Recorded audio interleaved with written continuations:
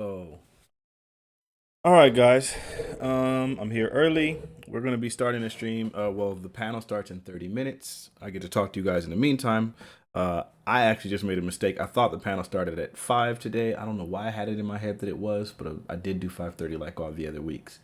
I guess that's my mistake. And I was wondering, where's everyone gonna be at? Where is everyone? And they're nowhere.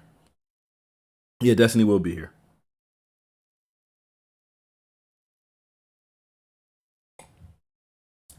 All this running around the house and stuff I was doing was unnecessary, frustrating.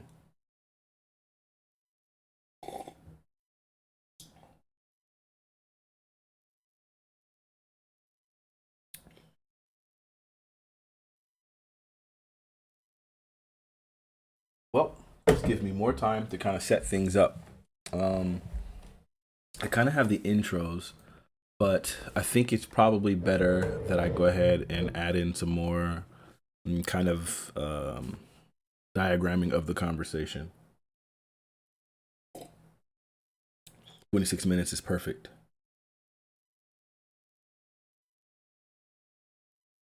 Especially with coffee, because I get to focus that I wouldn't be able to do otherwise. Um, yes, let's put some music on in the background.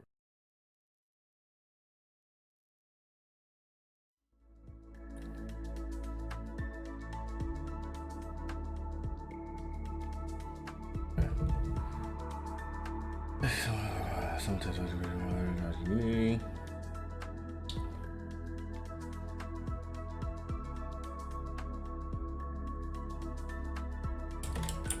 EGG and its action.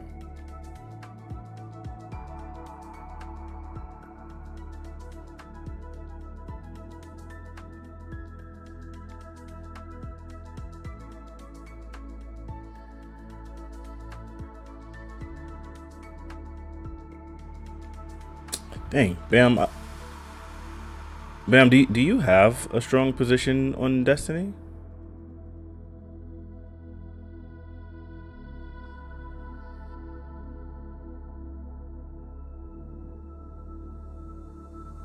Wonder.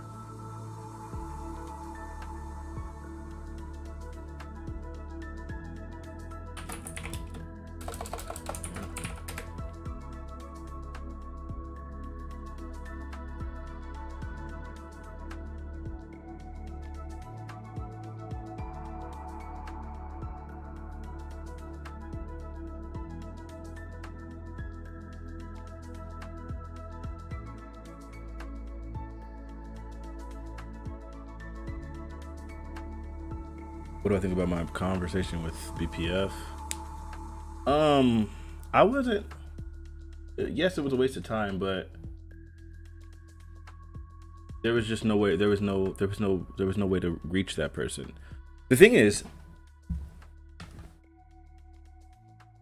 I think he was so far gone in his position that there was literally no way for us to bridge the gap. But at least we'd be able to see where the gap was if we were able to have an honest and decent conversation. But he was, I'm telling you, I've just noticed that like some people really just kind of operate in debate mode where like I'm trying to win a debate and it's not about like really discussing the arguments and like agreeing or like disagreeing. It's really about, did I put on this? It's really about oh, I got ADD. I'm sorry. Yeah, it's really about winning. It's really about like trying to prove the other person to be dumb or dishonest or inconsistent. It's not about an honest conversation. And I get that because I've done that plenty of times. But I think really in that situation, like I don't know, man. Lately, I've been trying my best to get in real conversations. The thing is, you can't have real conversation with some people. They're not willing to have it. And I'm like kind of wasting my energy talking to people who are just literally beneath that. And so it's just like, okay, I kind of stepped away from it because it was just like, yo, I don't know. I'm trying to step away from it. Like I'm trying to compile a list of people who are literally worth engaging, and then everyone else I'm just not going to talk to. because I'm not here for that. Okay, okay. So I should confine it to one conversation.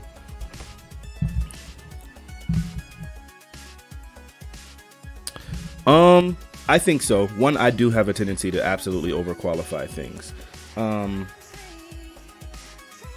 Yeah, I have a tendency to overqualify things, but I feel like I have that tendency to overqualify things because people have a tendency in this platform to intentionally misrepresent and misconstrue everything you say. So then my qualifications are ways of preventing them from doing so. And I think a lot of times people are bad actors and then they get frustrated because it's like, man, this nigga's not allowing me to like take his words out of context. Some people will just do it anyway. Some people will just do it anyway and then still take you out of context. And then you have to go, wait, I literally just said blank, blank, blank, blank, blank. How did you get there? But yeah, I think that happens all the time. But I think you combine that with my tendency to like overqualify things so as to prevent that, because I have like a fear since childhood of being misconstrued and misunderstood. So I think that's probably not a good mix. Do I think they're just not intelligent? No, I wouldn't. I don't think it's a matter of unintelligence. I think people just think in different ways. I have some people in my life who I'm telling you, as I was like making up my bed and just like getting my room ready to stream, I was thinking today and I was like, some people really just don't think that deep. Like, I've always heard the phrase, it's not that deep. And I never respected it and always used to annoy me. And I realized for some people, it really isn't that deep. They're genuinely not thinking about things in such a complex way. And so then when you start trying to break down to them like, so let's kind of analyze that. And they're just like, what? No, it's just real simple. Like, I just like it. And it's like, do you think that there's any sort of correlation between? And it's like, no. It's just, I just like to do it. And it's just like, you're trying to force them into a conversation that their brain literally has never even encountered in any capacity. Like, sometimes even these things are like self-analysis, and it's just, I'm realizing we just don't think the same way. And there is a room and a time and a place for both of them. It's not a lack of intelligence. There are no incredibly intelligent people who just think differently than me. And it sucks. I hate talking to those kind of people, but that's just a fact of life. That's exactly it, Bam. They just want to frame me in the worst possible context. I was going to ask you, bro, do you have like strong opinions on this? We still got 20 minutes. I might need to. Do you? Because I feel like I like the idea almost of a revolving door in this one. Like maybe having some folks dip out and replace with some people that want to meaningfully contribute to the conversation. I was thinking about something like that. I don't know. Yeah, and Bam, I've never been a gotcha person. That's just literally not me. It's not. It's like, I'm gonna get you. Sure, never. Let me take that back. I can have a gotcha, but my gotcha is like rooted in like a fundamental understanding of what you're saying. So it's not like, I'm gonna get you because you said this wrong. It's, I'm gonna get you because these things. I can't say never. I remember one time where I did that. I remember one time I did do that. It's about a year and a half ago, maybe 2 years ago. About a year and a half ago, a little bit more than that. Somebody made a statement and they said, well, I mean, I'm already black, so that's an L in itself. And I was like, see, that sounds racist. Like, you're saying that being black is an L. And I knew what he was saying. He was basically, yeah, but either way, I did that. I remember that. It stands out to me because it was a gross thing and I did it. I know I did it. So I can't say never, but I can't think of anything in the last year. Like, beyond that moment, I can't think of anything I've ever done like that on this platform. I'm just, that's not my energy typically.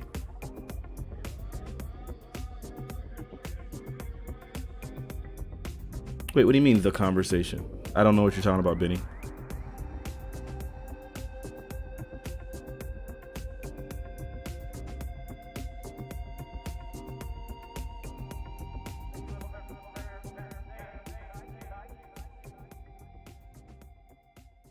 Wait, okay. So the opening statement was, I'm going to tell you guys, ain't nobody here, so I can say it to you guys. Look, tell me if this opener makes sense, okay? You guys can help me curate this show because you guys are the first ones here, and there's really nobody here. Not a lot of people here because it's not that there's nobody, but you guys can help me.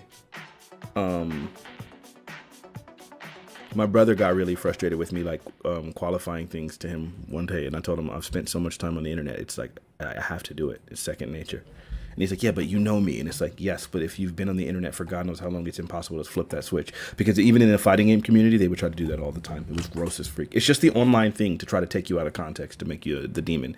All right, anyway, here's the opening statement really quick. It's Destiny is somewhat of a polarizing figure in Twitch. Some will testify to his graciousness, while others decry his community, DGG, and his actions as harmful, transphobic, misogynistic, and even racist. Destiny has no problem defending himself and his actions, and has said that he would do so gracefully without blood sports. As such, we're here to first discuss him, then broaden the conversation to general platform responsibility as a whole. Right? So that's the opening framing. I have some other stuff, like just kind of whatever, but like that's the opening framing. So then now I need to do the very first question. There's two people on here that like really are disgusted with his actions. Ugh. Hold on.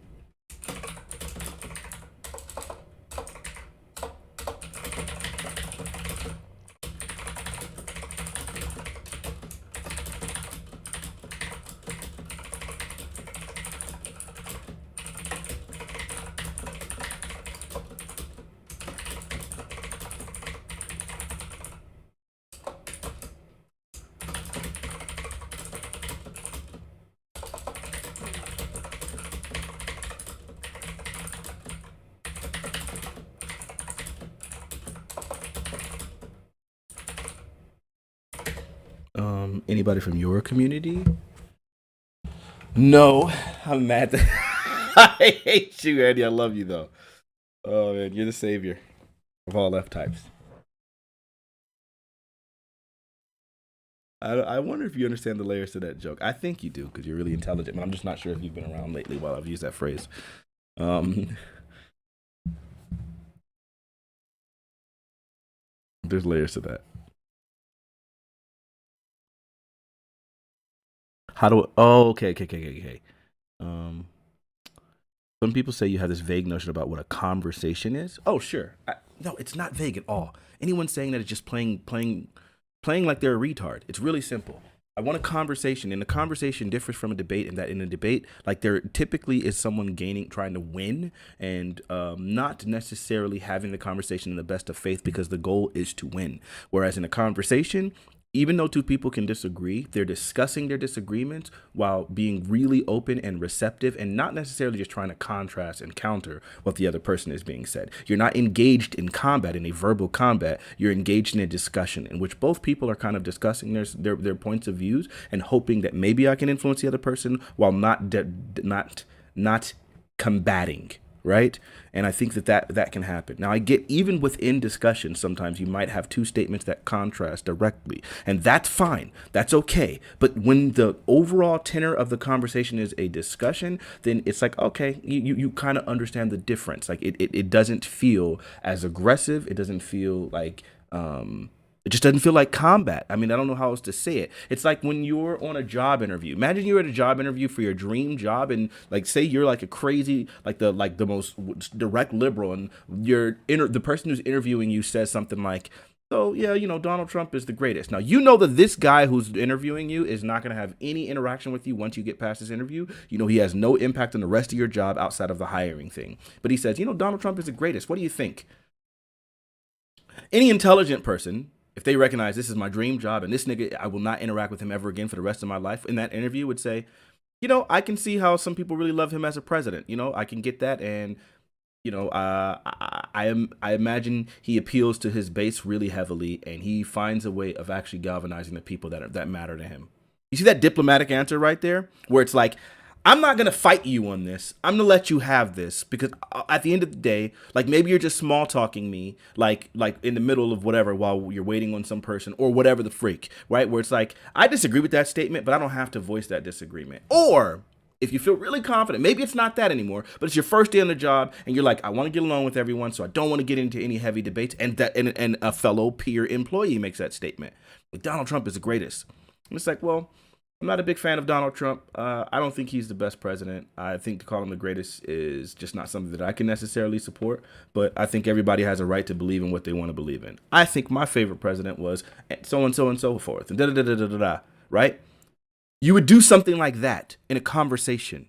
But in a debate, you might be like, yeah, but that's like Donald Trump is a racist. And because he's a racist, if you support him, you're a racist. And it's just like you get really aggressive. And you can have an aggressive debate or you can have a civil conversation in which you express yourself and expect the other person to express themselves. And neither one of you guys got to get lost in the mud. And people don't go on defense mode where they start shutting down and being incredibly sensitive and being incredibly guarded and qualifying literally every statement and so on and so forth. And like that's what you can do. But I think a lot of people in online in particular don't touch grass. They don't have social lives. And it's crazy because I consider myself to be one of the most introverted people on the freaking planet. But despite all of my introversion, it seems like I don't know. I guess I do find myself end up talking to a whole gang of people like in real life. And I never even want to. But it's just like, I don't know why I'm so aware of how to have conversations with people. I'm one of the most opinionated niggas on the planet, and I can talk to everybody. I just don't get why everybody else can't do that, or why other people can't recognize that there's a place for conversations and not everything has to be online retard debate.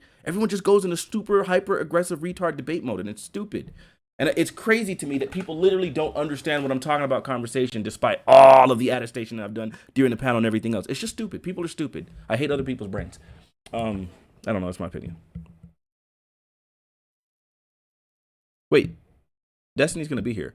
Can we more clearly explain? Let me see. On the other end of the spectrum, I'm all for the clarification. I'm gonna still need a yes or no with that clarification at some point.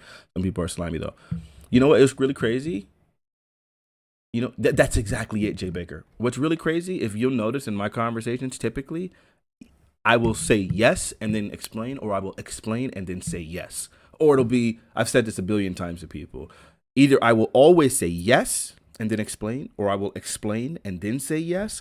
And 100% of the time, or the third option is it'll be so heavily implied by the question or by the statement that I made that I don't have to just directly say yes or no, because you know 100% sure what I'm saying. It's like if someone says, "Do you believe in the Quran?" And I say, I believe in the Holy Bible, and the Holy Bible specifically says that no other book is true except for it. It's hard for me not to just say so no. But like if I would say that, I believe in the Bible, and I believe that the Bible says that no other book is true except for that.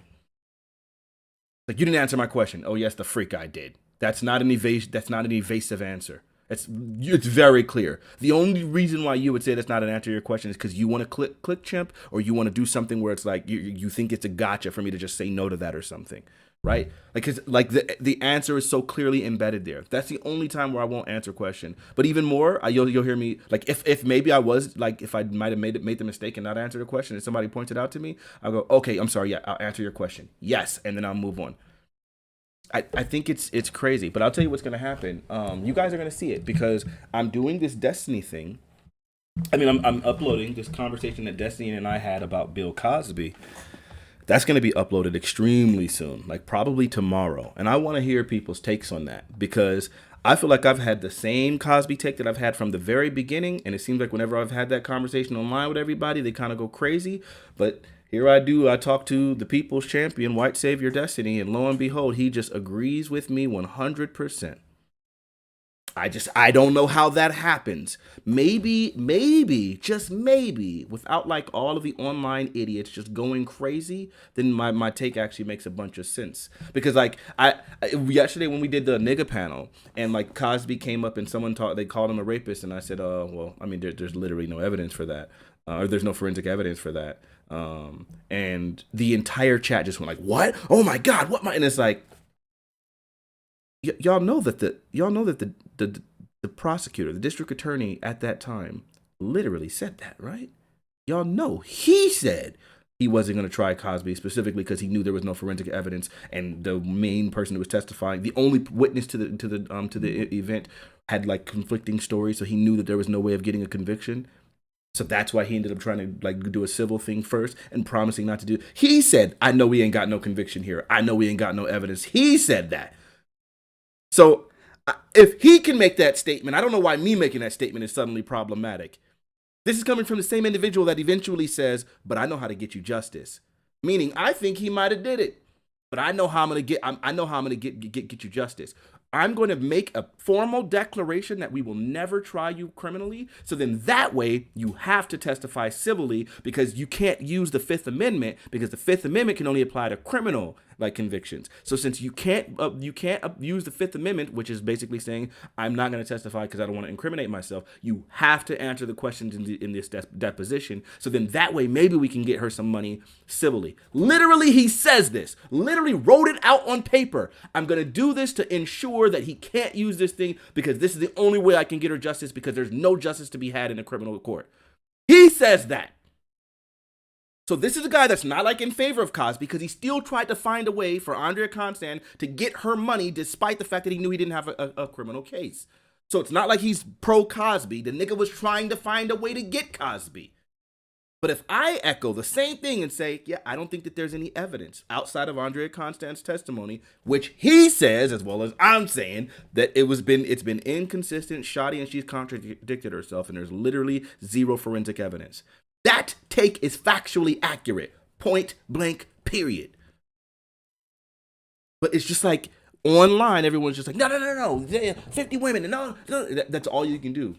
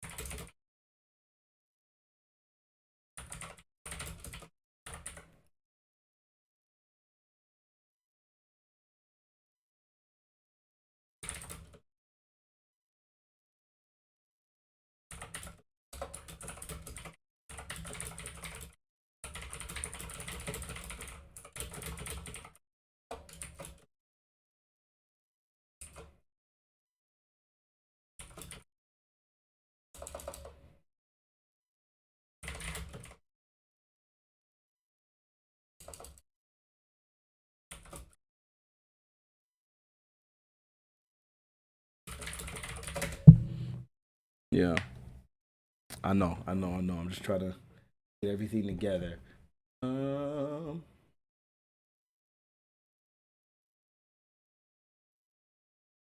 I really, you know what? I'm feeling uncomfortable with one specific thing. Let me do it. Okay. I need to do it on stream, but I might end up doing it. Okay.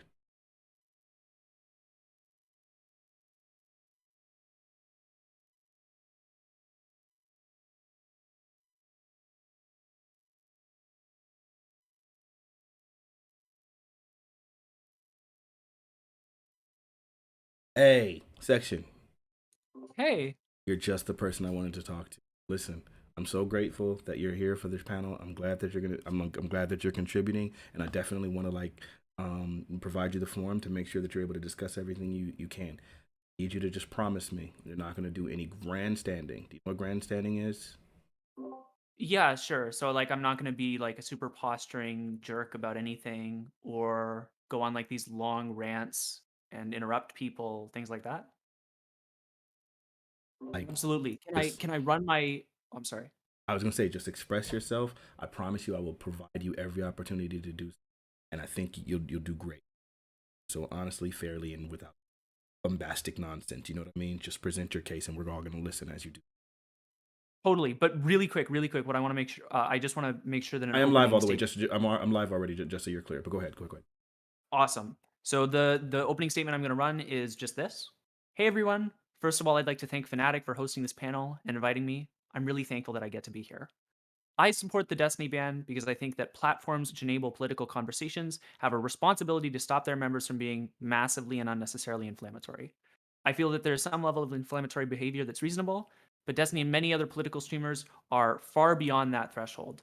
I want to be clear that just because I support the ban doesn't mean that I agree with MX Vivian or the idea that Destiny is transphobic, racist, or otherwise hateful.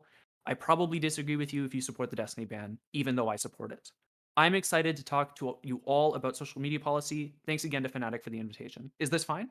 That's a, I cannot think of a better. So much respect. Thank you so much.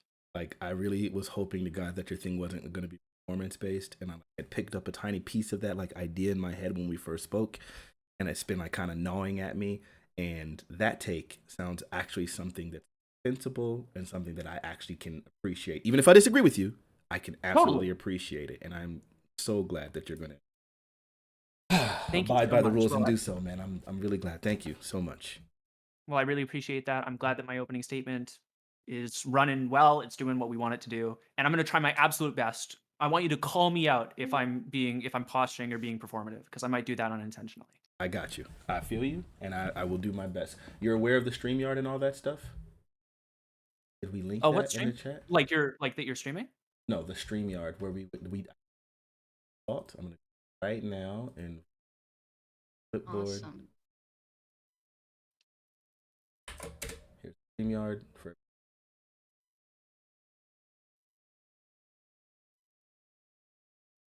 Did link the You Discord, did. but I would. You did.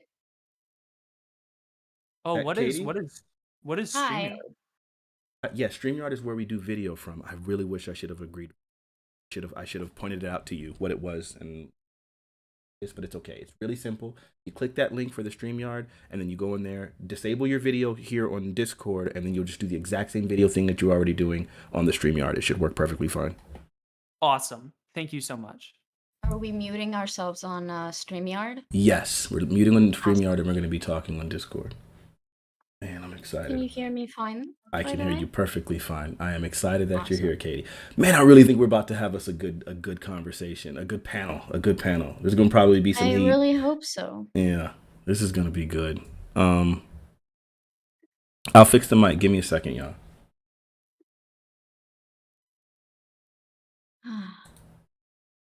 Section, if you need help with the StreamYard and stuff, you can ask me because I'm used to it.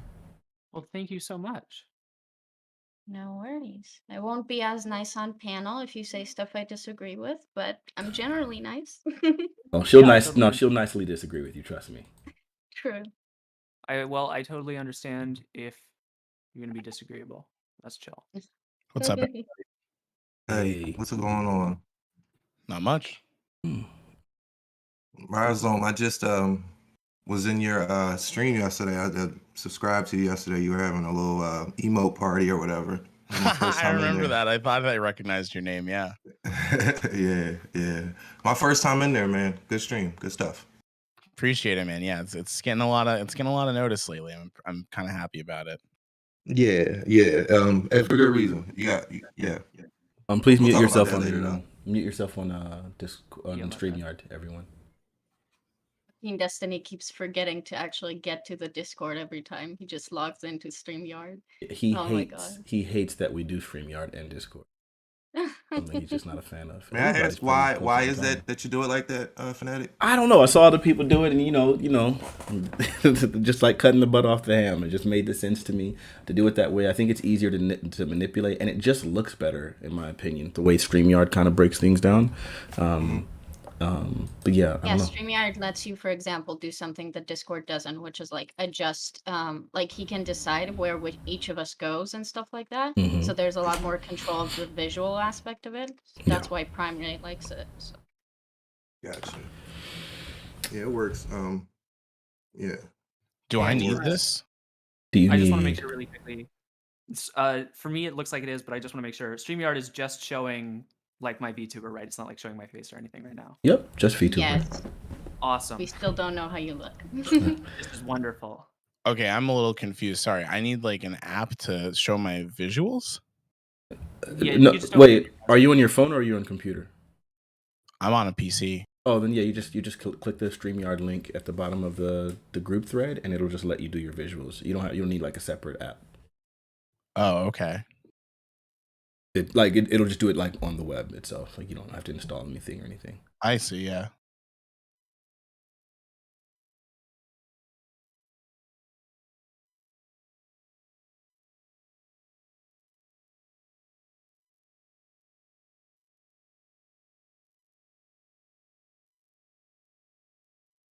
Need Destiny to unmute. It's 5:32. Let me mute my phone.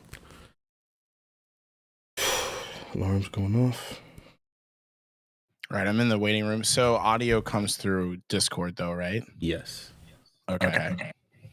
But I think you have to mute your StreamYard, your microphone. Look at all those shoes. It's so cool. Yeah, All my shoes are on the floor. I'm gonna get rid of some of these. I got like a bunch more pairs out out in the front. It's kind of gross. Oh, my soy is out of frame. I need to get it back in there. 1, 2, 3, 4, 5, 6. Okay. Who's missing? Is that everyone? That's how soy looks like? That's funny. Yeah, soybeans, dude, and tofu. Let me double check. Right, I forgot vegan. I'm sorry. No, I'm doing it because Because the soy Destiny- meme, I okay, know. I'm not mad at them, but Destiny's chat called me soy so much in the conversation that he was watching that Erudite. And I mean, I have it. were they wrong, section? I mean, no, I'm Soiction. No. Oh my god. Look, the chat was correct. See, I really hope that leaning into the meme is going to feel good after this conversation. I sincerely do. I wish I could lean into the memes more. Which I just meme don't are we know how leaning to into? lean into a feminazi bitch more. It's Oh, hard. You were yeah. watching the conversation that I had with like Vivian and Not So Erudite, and your chat was like calling me soy while I spoke a lot, so I added soy to my like VTuber. Oh, nice. We ready? Destiny? I mean, we're waiting for you, I think, right? I believe so. I thought we had booked 6 guests, but apparently we only did 5. Oh, do you want me to? I think Chud Logic is supposed to be here, right? Is he not on today, or? Maybe it's Doobie? Sometimes, you know, it's wild. Have you ever had a person that you respected but wanted to shoot at the same time? That's not an actual threat, by the way, but you know, in a video game. It's all good. I'm used to it at this point. Don't worry. Yeah, Are you referring to Chud there, Fanatiq? No, I'm He frustrated you that much? No, because I said someone I respect. But all right, so we're gonna open up the show, and let's start with our opening. So here it is. Look, everyone, thank you guys so much for being on the Fanatiq Show. I'm really working really hard to like try to improve things and make things as great as they possibly can and really match the vision that I had for the show.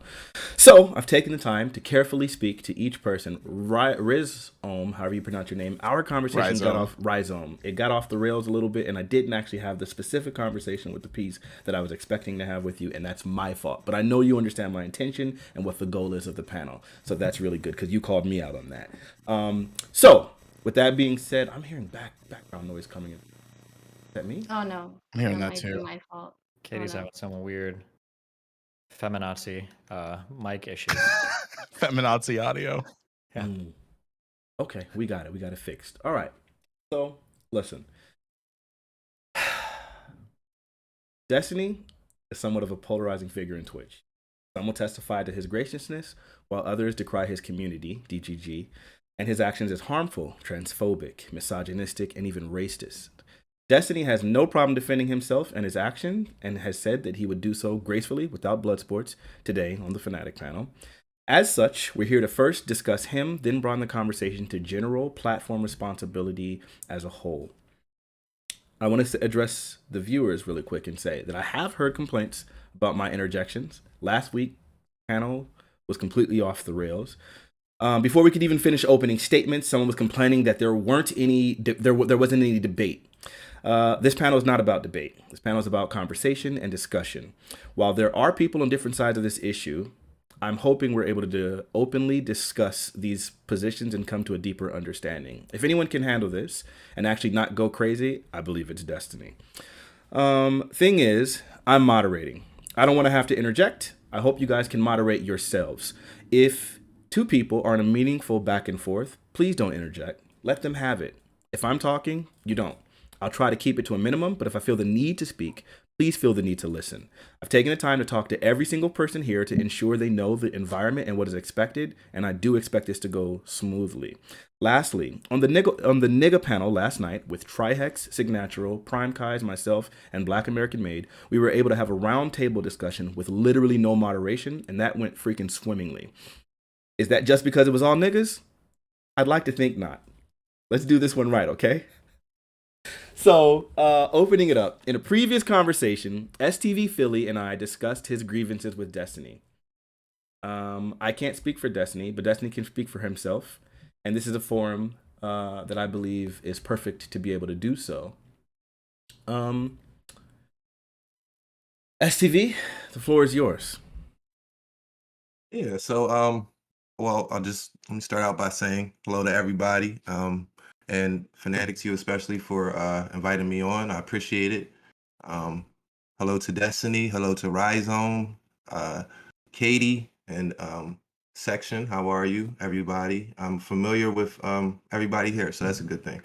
So I'm gonna keep this short and sweet because we got a lot of people here. So I'm gonna start out by saying that I used to watch a lot of Destiny back in like 2017, 2018.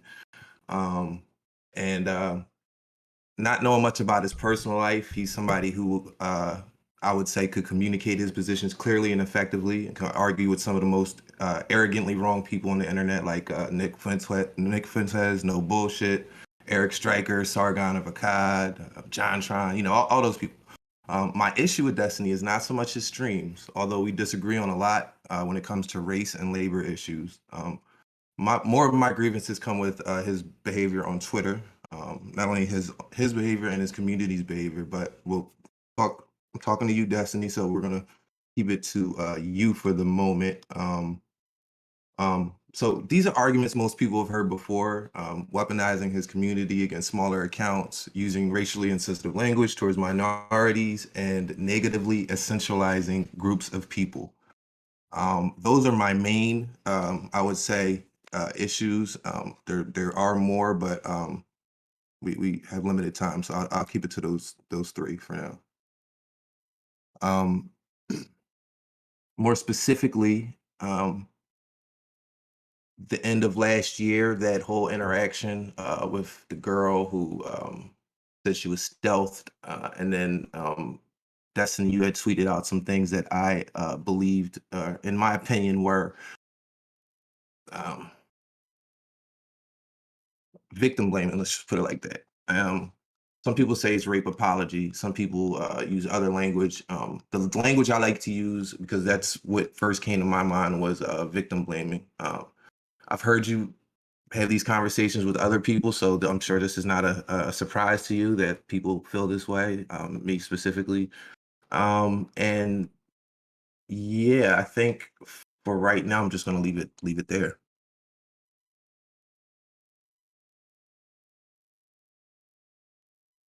Destiny, it's all yours. You can respond to that however you want. We're not going to go through everyone's intros. You can go ahead and... Oh, well, I mean, I feel like if it's going to be about me, I feel like everybody should have an intro, right? Well, it depends, because so what happened is that different people had different positions and like different mentalities. So I figured you could talk to him a little bit, and then afterwards, and so Soikshin has an entirely different position and for entirely different reasons. Jesus, now this feels like a fucking like an intervention. Well, you did say that you can handle it. You said that you didn't mind defending yourself in that regard. Don't you know what I mean? It's all yours. Go ahead. All right. Well, hold on, Dustin. Let me just put it like this. Okay. Some people say you should have been banned off Twitch. Some people say you shouldn't. My position is, since Twitch didn't give a direct reason, they're very vague, and they're very opaque with how they're handling this situation. For that reason, I don't think you should have been banned. But however, I am not surprised, because I was telling this to Fanatiq on stream the other day. At like the end of last year, you don't know me at all, but we have some mutual acquaintances, let's say. So towards the end of last year, I was messaging some people that I felt you were friendly with, and telling them, I don't know Destiny, I can't talk to him. I like the guy. I want to see him, continue, but I think, his behavior is going to get him, in trouble. I think some of the things that he's saying are intentionally inflammatory, and my frustration comes in because I know how smart you are and intelligent you are, and I'm not telling you anything that you don't know. You know all this, so maybe all this was you knew it was going to happen, or you kind of didn't care, or what. So maybe that's the case, but Yeah, some of the specific tweets that you deleted last year, I felt could get you into trouble, and it didn't happen, but something happened, a couple weeks ago, that did. So my position is that I'm not surprised, although I can't say I agree with the ban because they haven't given a specific reason, so we don't even know what it's for. So how can I agree or disagree? Right? Sure, I understand. So I guess because I don't want to have like a 50-minute discussion with everybody in their opening statements. I'll say that I defend all of my behavior on Twitter. I think people are huge fucking babies. I think that it's impossible to have any type of conversation these days without everybody like instantaneously screeching like victim blaming, racism, transphobia, blah blah blah. Like I think that for going forward, I want to set a higher standard for what we call racist or transphobic or misogynistic. And I don't think that like one-off comments on me being mean to particular people on Twitter, where I'm not even talking about whole groups of people, I don't think that rises to that level. But I imagine we'll probably get more into specifics later on in this panel, so that's what I'll say. Yeah, and also in terms of, because you mentioned deleting tweets, a lot of people say that I delete tweets to hide from accountability. Everything that I say on the internet gets infinitely screenshotted almost instantly. I'm pretty sure there are some accounts that exist that are dedicated to backing up every tweet that I make. The only reason why I delete tweets is because theoretically, the person on Twitter that says that they're not me might be banned. So anytime I leave past tweets up, people will just randomly spam report all of my tweets, and there's a higher chance of the account getting banned. That's why those tweets get deleted. As long as I'm trying to like hide from accountability. I never like deny. There's never been a time where I've been on a panel where I've like denied something I've tweeted or I've tried to like get away from it. I just do it so that my old tweets don't get spam reported. But yeah. Okay. Well, look. STV, do you have any more specifics? Like, do you want to go into like specific that thing? Yeah. So okay. So we had a whole conversation about this the other day, and I felt that Fanatiq was still manning all of your positions and giving you the most charitable, or giving me the most charitable interpretation he could. He could, and I told him as much. He disagreed with me, obviously. Okay, so this isn't like a prolonged back and forth between me and you, since there are other people here. I'm just gonna like read, I guess, like the ones with the most that caught my attention the most. Okay. Sure. Okay. So the girl had tweeted out that she felt awkward about saying something about the guy stealthing her, and then people hopped in with their opinions. But your main point was that if you don't have enough agency to speak up for yourself or to say something in the moment, once you've noticed somebody was stealthing you, then you should not be engaging in casual sex. Yeah.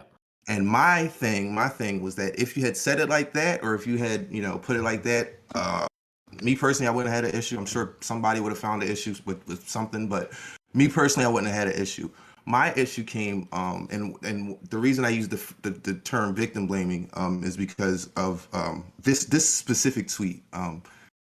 You said, okay, so you were responding to somebody who said awkward basically just means weird. And you said, quote, if this is your reaction multiple times, then stop having sex. Why would you subject yourself to potential rapes that happen just because you feel awkward? Question mark.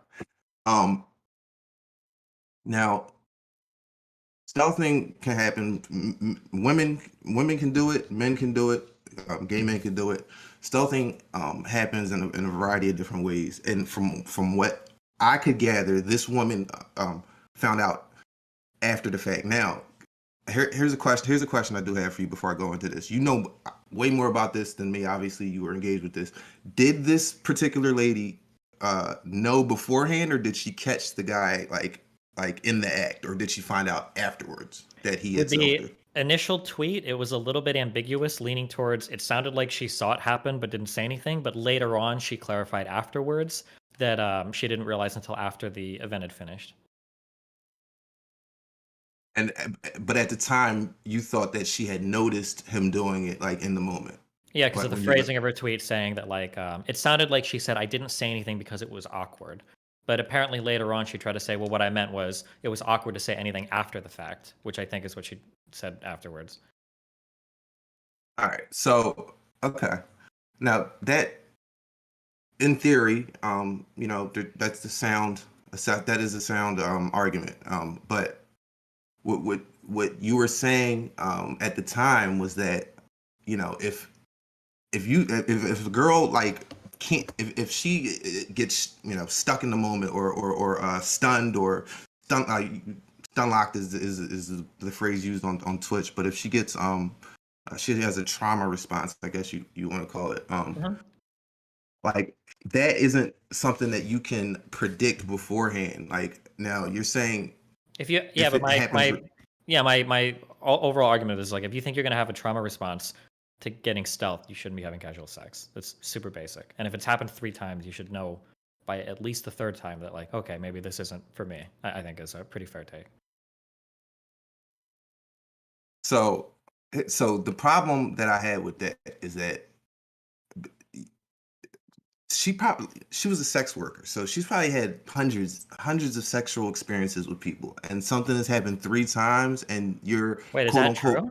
Yeah, if that's true, I didn't know that. I'd never heard that before. It might be true. I'd never heard that before, that she was a sex worker. Okay, let me take that back, because I am not actually 100% sure. I thought I heard you say that or somebody say that to you in a conversation or something. Let me take that back. But even if she's not a sex worker, let's just say she had, you know, 50 sexual experiences in her life, and, you know, she's had a bad experience 3 times. The advice I think that should be given to her is to pick her partners more carefully. Is you know, if you can't handle these type of situations, no, it wouldn't be if you can't handle these type of situations, don't have sex. So when I say victim blaming, that's like that's what I'm talking about, because you took the situation, you're talking to the victim of the situation, and your assessment of the whole situation is, well, if you can't handle it, stop having sex. Yeah, but like, how is it victim blaming? You're just assigning some agency to the person having sex. If you find that you are running into these negative situations over and over again, do you just tell the person, like, keep doing it, like keep getting raped, I guess, LOL? Or do you tell the person, like, hey, like, maybe it's time to take a step back and reevaluate, like, this isn't good? I don't understand why when we have conversations about anything in society, we talk about like defensive behaviors. Like when you talk about driving, you talk about defensive driving, or when you talk about going to school, you talk about being careful, you know, making sure that you're, you know, in the right areas at the right time, like you're not out past too late. Like we have all these conversations about being responsible, but for some reason when we talk about sex, it, like, I think to quote one of my earlier tweets, we're supposed to treat women like retarded children. Like you can't do anything to mitigate any risk. And if you dare say a single thing about it, you're like instantaneously victim blaming. I don't think that's the case. Based on the initial tweet, for what I had to work off of, if somebody says that somebody's in the process of stealthing them, but they're too awkward to say anything, that's a person that probably shouldn't be having casual sex. If you're going to engage in sex, there's like a list of responsibilities that go along with that privilege. And if you're not capable of handling the responsibilities, then you probably shouldn't be having the privilege. I think that's a super basic take. I think most reasonable people would agree with that, like, instantly. I don't think that's that extreme. That's not that extreme, but that's not the way you like. Well, yeah, you did say the retarded child part. That's the part like where we get into the victim blaming, like the language you're using to talk to this victim, basically. And my objection is yes, like when you're driving a car, you're taught to drive defensively. I tell my girlfriend all the time, you know, you're not the only person on the road. Drive like the person next to you is drunk or about to fall asleep. That needs to be your like automatic you know, standard operating procedure, basically, when you're driving. However, when it comes to sex, there's a certain amount of trust, I think, that women and men put in their sexual partner. So when you have a conversation explicitly about wearing a condom and the person decides to stealth you, right? You don't know what else they're gonna do. Like if they're willing to stealth you, if they're willing to you know, take that measure,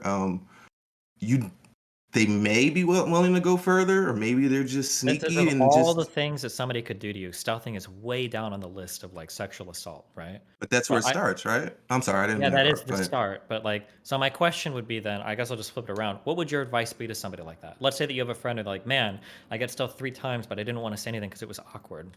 Like, I've got a Tinder date tonight. What would your advice be to that person? What would you say? Not to go on that Tinder date. Yeah, or at the very least, like, don't hook up, because it seems like you have a problem setting and reinforcing boundaries or asserting boundaries. Like, maybe you need to like take a step back and figure whatever you have to do that out before. But now we're saying like the same thing, except maybe you could argue I said it's meaner. But like, why is what you're saying there? Why is that not victim blaming to tell somebody like don't go on the date? Aren't you blaming her now, telling her she can't date just because some men might be rapists? Well, because you presented me with a specific scenario. Your advice was like in general, don't go out and don't have casual sex. If somebody Yeah, that would be presented my me, that would be my Go thing ahead. in general. If any woman said that she got stealth 3 times, but she didn't say anything because it was awkward, my advice to that person would always be stop having casual sex until you can figure out how to assert those boundaries or reassert those boundaries. Um, and so yeah, all right. So they say, well, I have reasserted those boundaries, and well, no, this was a different one she was talking about when she said she got raped harder, and then you started laughing. That So phrasing is really funny. I'm sorry. Getting raped harder is not funny, but that phrasing is just really silly. But this is also well, like, that's not what you said though. Like if you would have said wait, that's what a did I fun, say? that's a silly. If you would have said that's a silly way to phrase it, and then laughed, but Wait, you hold on. laughed and then That's went a, on to say, well, then you went on to continue with your argument. Like well, so, I feel like I explicitly say like that's not funny. It's just a funny You way to did. phrase it. I did, remember yeah. this. Okay, yeah, I did. I like it's not funny when somebody gets raped, but when somebody's like, I got raped harder. That phrasing is like very like ironic. It's like You somebody was laughed, murdering and then me. you were like, "Sorry, I shouldn't be laughing at that." Like it Yeah, was just it's like like that somebody sounds saying silly. like somebody was like murdering me, and then I tried to defend myself, and then they murdered me harder. Like just the phrasing is funny, but like it's not funny when somebody's getting raped, obviously. Um, yeah, but I like, mean, yeah, go ahead. Sorry. but no, I'm glad to hear. I'm glad. I'm not that you needed to say that, but like it comes off a lot less. Like I said, the I'm way pretty you were. edgy, and like I'm kind of an asshole. I agree with that, but I think fundamentally, I think that my advice is solid, and I think that most of the talk on the other side is incredibly irresponsible and really silly. The idea that Like like women just have no agency, if you get raped, like it's just gonna happen over and over again, and there's nothing you can do about it. But it's okay because like freedom of choice, and you can do whatever. Like I think that's really stupid. Like I think that advice listen, is harmful. Yeah. honestly, I don't think I've ever heard anybody give that advice. Like not Yeah, they don't one say that time. exactly, but this is where the conversation logically leads, right? Even what you were saying earlier, like maybe if somebody's getting stealth, like maybe they're too scared to say anything. Like stealthing is the weakest. It's like on the bottom level of all the sexual assaults. If you can't assert your boundary during a stealth, like what you're essentially saying is that, like any guy that pushes any boundary should be able to 100% get away with it because the woman shouldn't be expected to do anything otherwise. That's insane to me. Like I don't think it should be that controversial to say like if you've had 3 bad experiences, like if I had any friend ever that said they had 3 bad experiences and they'd gotten raped, like I would actively call that friend a dumb fuck if they continue to go and hook up with people. I would say really mean things like you're so stupid. But like if you even try to have this conversation publicly, even in nicer words, like you immediately get called a victim blamer. Okay. I don't know. I just think that's ridiculous. But All right. So look, I think that's a good point at which you guys have kind of really sussed out, like I guess the majority of your point, right? STV Philly. I think it'd be nice here to kind of I guess to rope in Soikshin. I want to hear. I can't believe that's your name. I want to hear your position, please. We had also a back and forth, and felt like you actually did. You know what? I don't have to explain it. Please just give your position. Yeah, sure. So I'm really so I guess I'll run into my opening statement. So hey, first of all, I'd like to thank Fanatiq for hosting this panel and for inviting me. I'm really thankful that I get to be here. I support the Destiny ban because I think that platforms which enable political conversation have a responsibility to stop their members from being massively and unnecessarily inflammatory. I feel that there is some level of inflammatory behavior that is reasonable, but Destiny and many other political streamers are far beyond that threshold. I want to be clear that just because I support the ban doesn't mean that I agree with MX Vivian. I know there were some people who were believed that I might agree with her. And it doesn't mean that I agree with the idea that Destiny is transphobic or racist or otherwise hateful. I think I probably disagree with you if you support the Destiny ban. I'm really excited. I included this part because it was kind of an opening. It doesn't really make sense here. I'm excited to talk to you all about social media policy. Thanks again to Fanatiq for the invitation. Well, it actually does matter. Thank you for that intro, because that also plays into sort of what Katie was talking about, where it's not necessarily just about Destiny deserve to be banned. I mean, even though that's part of your point, she also had a point that I think had to do with specifically responsible platforming, the influence on the community, whether or not people have net good and things like that. Katie, can you give yours as well, please? Hi. Yeah. What I wanted to talk about was a bit different. I wanted to, um, when Destiny caught the entail of a panel that that Soy, can I call you Soy? Would that be weird? I'll call you Section. It's fine. No, you When can that call me Section Soy. and I were Call me on, Soy. That's accurate. okay, then that Soy and I were on. Um, there was some talks about how I said that Destiny isn't very helpful for progressives, and I felt like he took issue with that.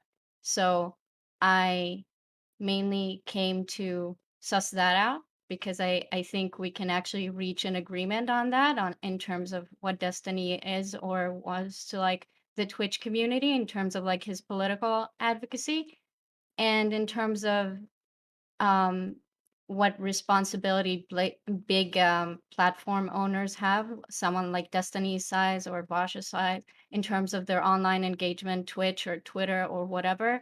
That's also something that I would like to discuss. And Philly already kind of touched on it. It's like Destiny already admitted that he's kind of a dick on Twitter. Um, I think that if you're going to be a dick and then ask for nuanced conversations, that's kind of contradictory. I think Destiny can have like nuanced conversations, but I also think it depends if he feels like it or not. And with the size of his platform, I think that there might be some questions worth asking there. But I'll wait my turn. You don't have to wait your turn on this. You guys can both kind of, you know, just Should I just like say versus and Rizom. the opening that I have? I was or about to say that you're yours muted, also. Fanatiq? Oh, sorry, Rizom. I was going to say that you also had something like kind of along those lines as well. Please go ahead and give your opening. I mean, to be honest, the only thing that I think Destiny should be off the platform for are his food takes. Like, the issue for me is that people are way more concerned about how things sound than what's actually being said.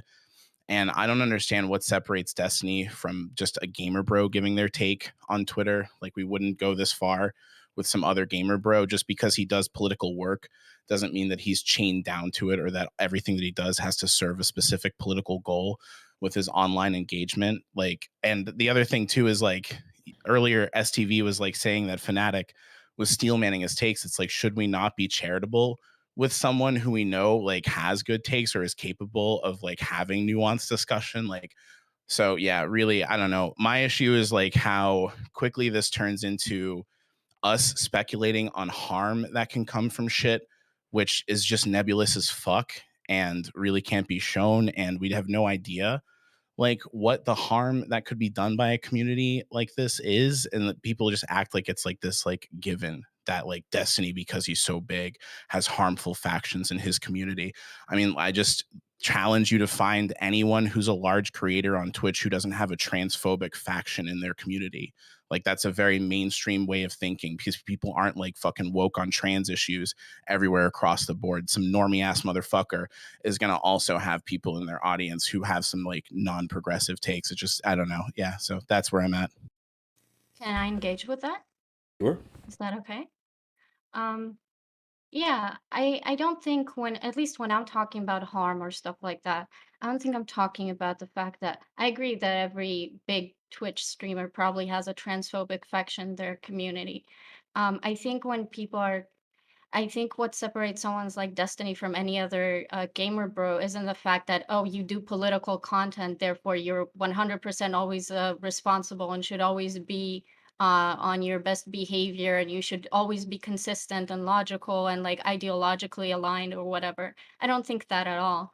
But I do think what you said is kind of a weak argument since like Destiny's like community, and I've had little engagement with it, but I don't want to say known because I feel like known implies a lot of accountability, which I'm not sure it's worthy of. But there are definitely a lot of people online that think Destiny's community has some people in his communities have a tendency to cause a lot of harm to creators that disagree with him. And I think that is demonstrable. Like there are many like online creators who would come out and say that they were harassed by some people in Destiny's community. And to be fair to Destiny, um, he does a lot to try to manage that, and he can't control potentially hundreds of thousands of people. But that's why I'm arguing that I think he can do more in terms of that management, and we can discuss that. But yeah, I think that to say he's a big streamer, but he's the same as the average Joe, I think that's a bit disingenuous. I just don't know think what I he mean? takes on certain responsibilities because he's using Twitch as an entertainment platform first and foremost, which is what it is, rather than people pretending that it's like some place like where political advocacy happens and political action happens. Twitch is not a political platform.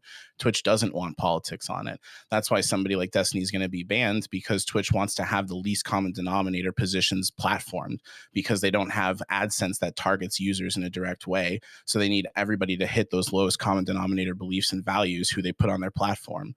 So like Twitch's reluctance to be a political platform is what's causing this. And then we're trying to we're trying to fit it into something that it's not. It's entertainment first and foremost. And So when you say Destiny could be doing more, that really is purely speculative. Like, unless you want to talk about what he's already doing now, this is just one of those arguments that a lot of people on the left love to give, and I'm on the left too. But it's just this nebulous, like, we could always improve. Like, could we? no, I have concrete ideas for it that I don't mind Okay, discussing. sure. But like what I want to say was, again, I'm not saying that Destiny is owed anything because he uses Twitch for like political content.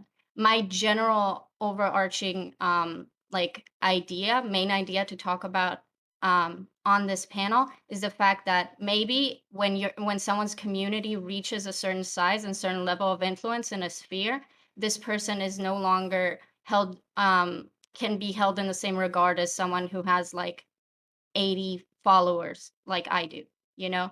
Maybe someone like Destiny who had over like a 500,000 followers on Twitch is not the same as like a really small creator in terms of their level of influence, and maybe we should hold them to different standards, you know, like we do public figures, for example. Just why are we having this conversation about Destiny and not XQC? Like, I just don't get it. It just feels like we're just like Because picking a that's a fight with general somebody thing. who has like who like is doing fine work, has fine intentions, like engages in a spicy way. We're talking about the discourse they sparked fucking months later because that they sparked it in an interesting way. Like, dude, Destiny, I'm not trying to suck your fucking dick. It's just there's no actual complaint here, in my opinion.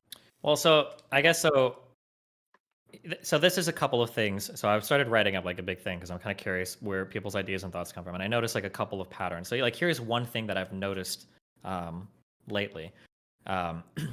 The way that it works is what happens is a claim is made about me without any substantiation, and then enough people hear it and start repeating it, and I don't really challenge it because I can't prove a negative. And then what happens is this mythos builds up where all of a sudden it's just kind of taken at face value. Katie even uttered the words. I think she said like it's evident, like so many people say these things about Destiny's horrible, harassing community. I'm gonna say this: the vast majority of people in the politics space on Twitch don't know what harassment is. You have no idea. Getting 2 or 3 DMs that tell you to kill yourself it's not even worth mentioning. If that type of stuff is like dissuading you from being in this space, you shouldn't be in this space. You should go do something different.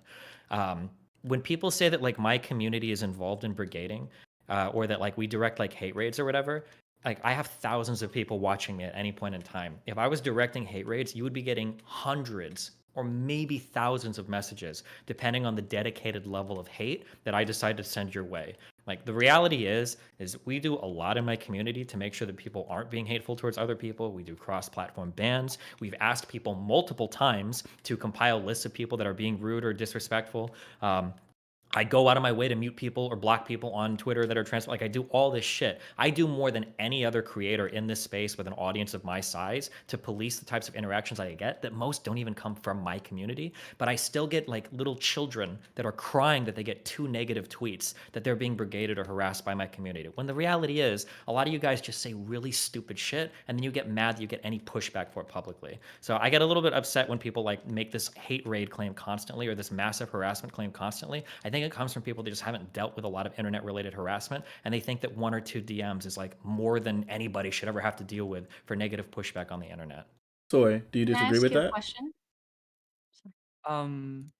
So I don't disagree with the idea that Destiny's community broadly doesn't brigade.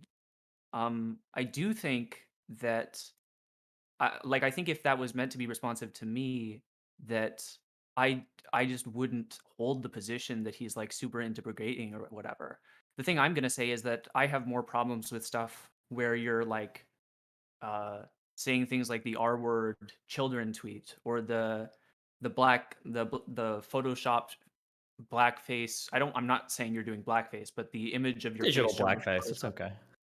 I don't even like saying That was that. such a good tweet. Come on, Soy. I mean, like, I can understand if we say like this is like irresponsible or like edgy humor. It's not like becoming of whatever. Like, I'm fine with that. But like racist, transphobic, like I feel like is a little bit of a stretch. Unless Sure, like but this is where the bar is at today for online discourse, which is what it kind of seems. well, so really quick, I guess I want to be clear about something else. When I opened for the first time on the conversation I was having with Not So Erudite, I opened with a much stronger thing, which was that like, or maybe it wasn't on that panel, it was somewhere. I opened with like that I like hate the Twitch politics space. And I think that like the Twitch politics space, I'm not criticizing you, Fanatic, but like the Twitch politics space is probably like one of the most toxic politics spaces on the entire internet. Or it's at least like You know that's horrifically not even toxic. remotely true, right? Like, Sorry. I actually I misspoke when I said most toxic on the internet. I'm like referring to people like Vosh, or not Vosh, sorry, like Hassan. Like these people who are like making false predictions about like Ukraine or whatever. We're having like constant blood yeah, but sport. even that like every single politics space on the internet is unfathomably toxic. Even the people in the SJW areas, like Something Awful or Reset Era, are like pretty toxic. And then when you go to places like 4chan or Kiwi Farms, like to pretend that like Twitch is like exceptional here is just you're wildly outside of what is actually happening, unless you just haven't spent. Or I could ask, like, where do you think are these non-toxic political spaces on the internet? It's not Twitter, it's not Facebook, it's not TikTok. And then I could ask even historically, in history, where have there been non-toxic political spaces? Like politics is just, it lends itself to toxicity. People feel really strongly about these things. Like, I feel like there are even stories of like fucking Plato and Aristotle like shit posting political opinions at people and like making fun. Like, this is like, I think you even said this a few times on that panel that it's probably somewhat part of our nature. I think it is. I don't think that Twitch politics is anywhere near like uniquely toxic. Yeah, Yeah, Edward Snowden sure. actually had the same opinion as Hassan. Really quick. Oh, I actually wasn't he? Go ahead. that so I want to correct what I said, because I think I misspoke. Or it's not even I misspoke, I was just wrong. I don't think that Twitch politics is uniquely toxic. And I do think that it's part of our innate psychology that we are incredibly moralizing about our politics, because it's almost necessary. Necessary in the sense that it has to be kind of true. Like if we're not moralizing about moral views, like political views, then it's just not clear what moral even means, I guess.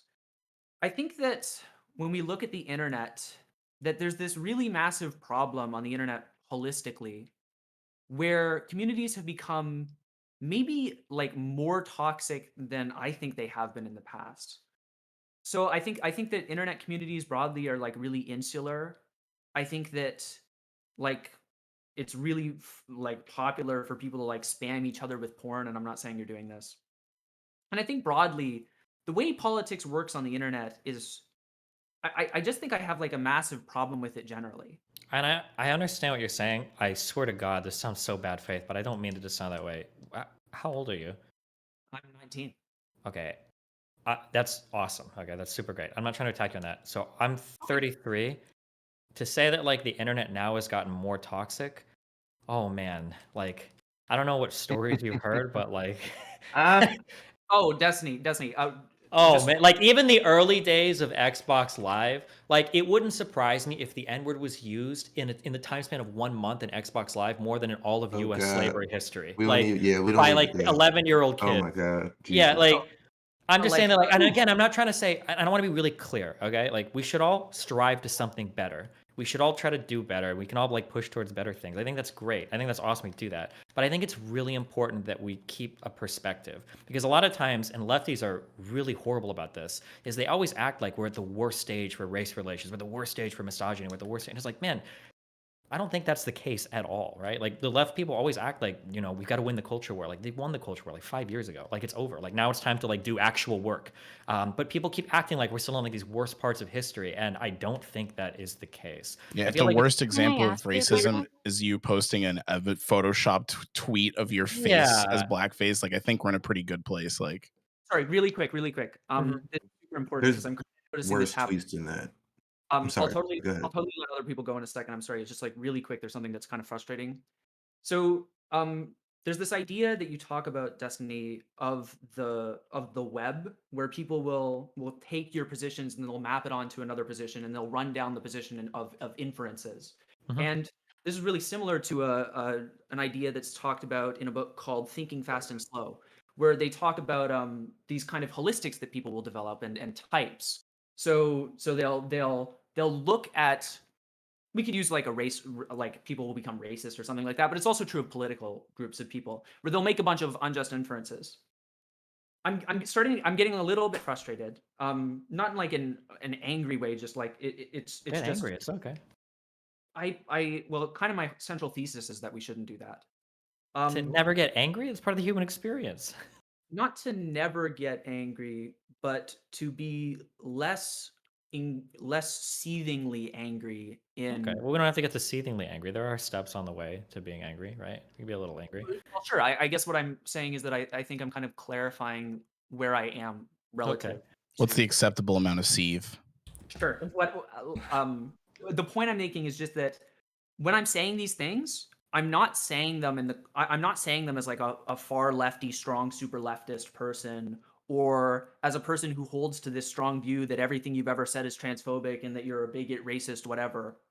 I'm holding to this view that politics online maybe isn't at the, it certainly isn't at the, or I guess I've learned in this conversation that it's not at the peak of awful it's ever been. But on the flip side, it's also the case that politics and the internet broadly has been like, I think, really negative for our political engagement with each other. Like we are more insular, I think, than we have been in a long while. Internet community is like, there's the meme about people who like the toaster meme, where people will go online and find like 1,000 other people who want to F toasters, and they'll sit in those communities forever. And that happens with politics. I think that these internet platforms like Twitch and Twitter, etc., have a responsibility to like try and make us more politically like willing to participate with each other. Why? I guess because I think that if they don't, that's going to be like really damaging to the structure of politics globally. I don't think so. What I would submit is I don't think a platform can do this. They could try to facilitate better discussions, but I think that's largely going to fall on the culture, right?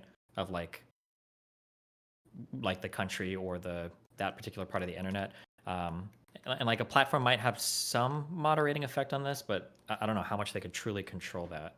A platform is incentivized to just maintain traffic, right, and clicks and just maximize its output. So there's never going to be an incentive on Twitch to make for fair political discourse. It's going to just run counter to their bottom line.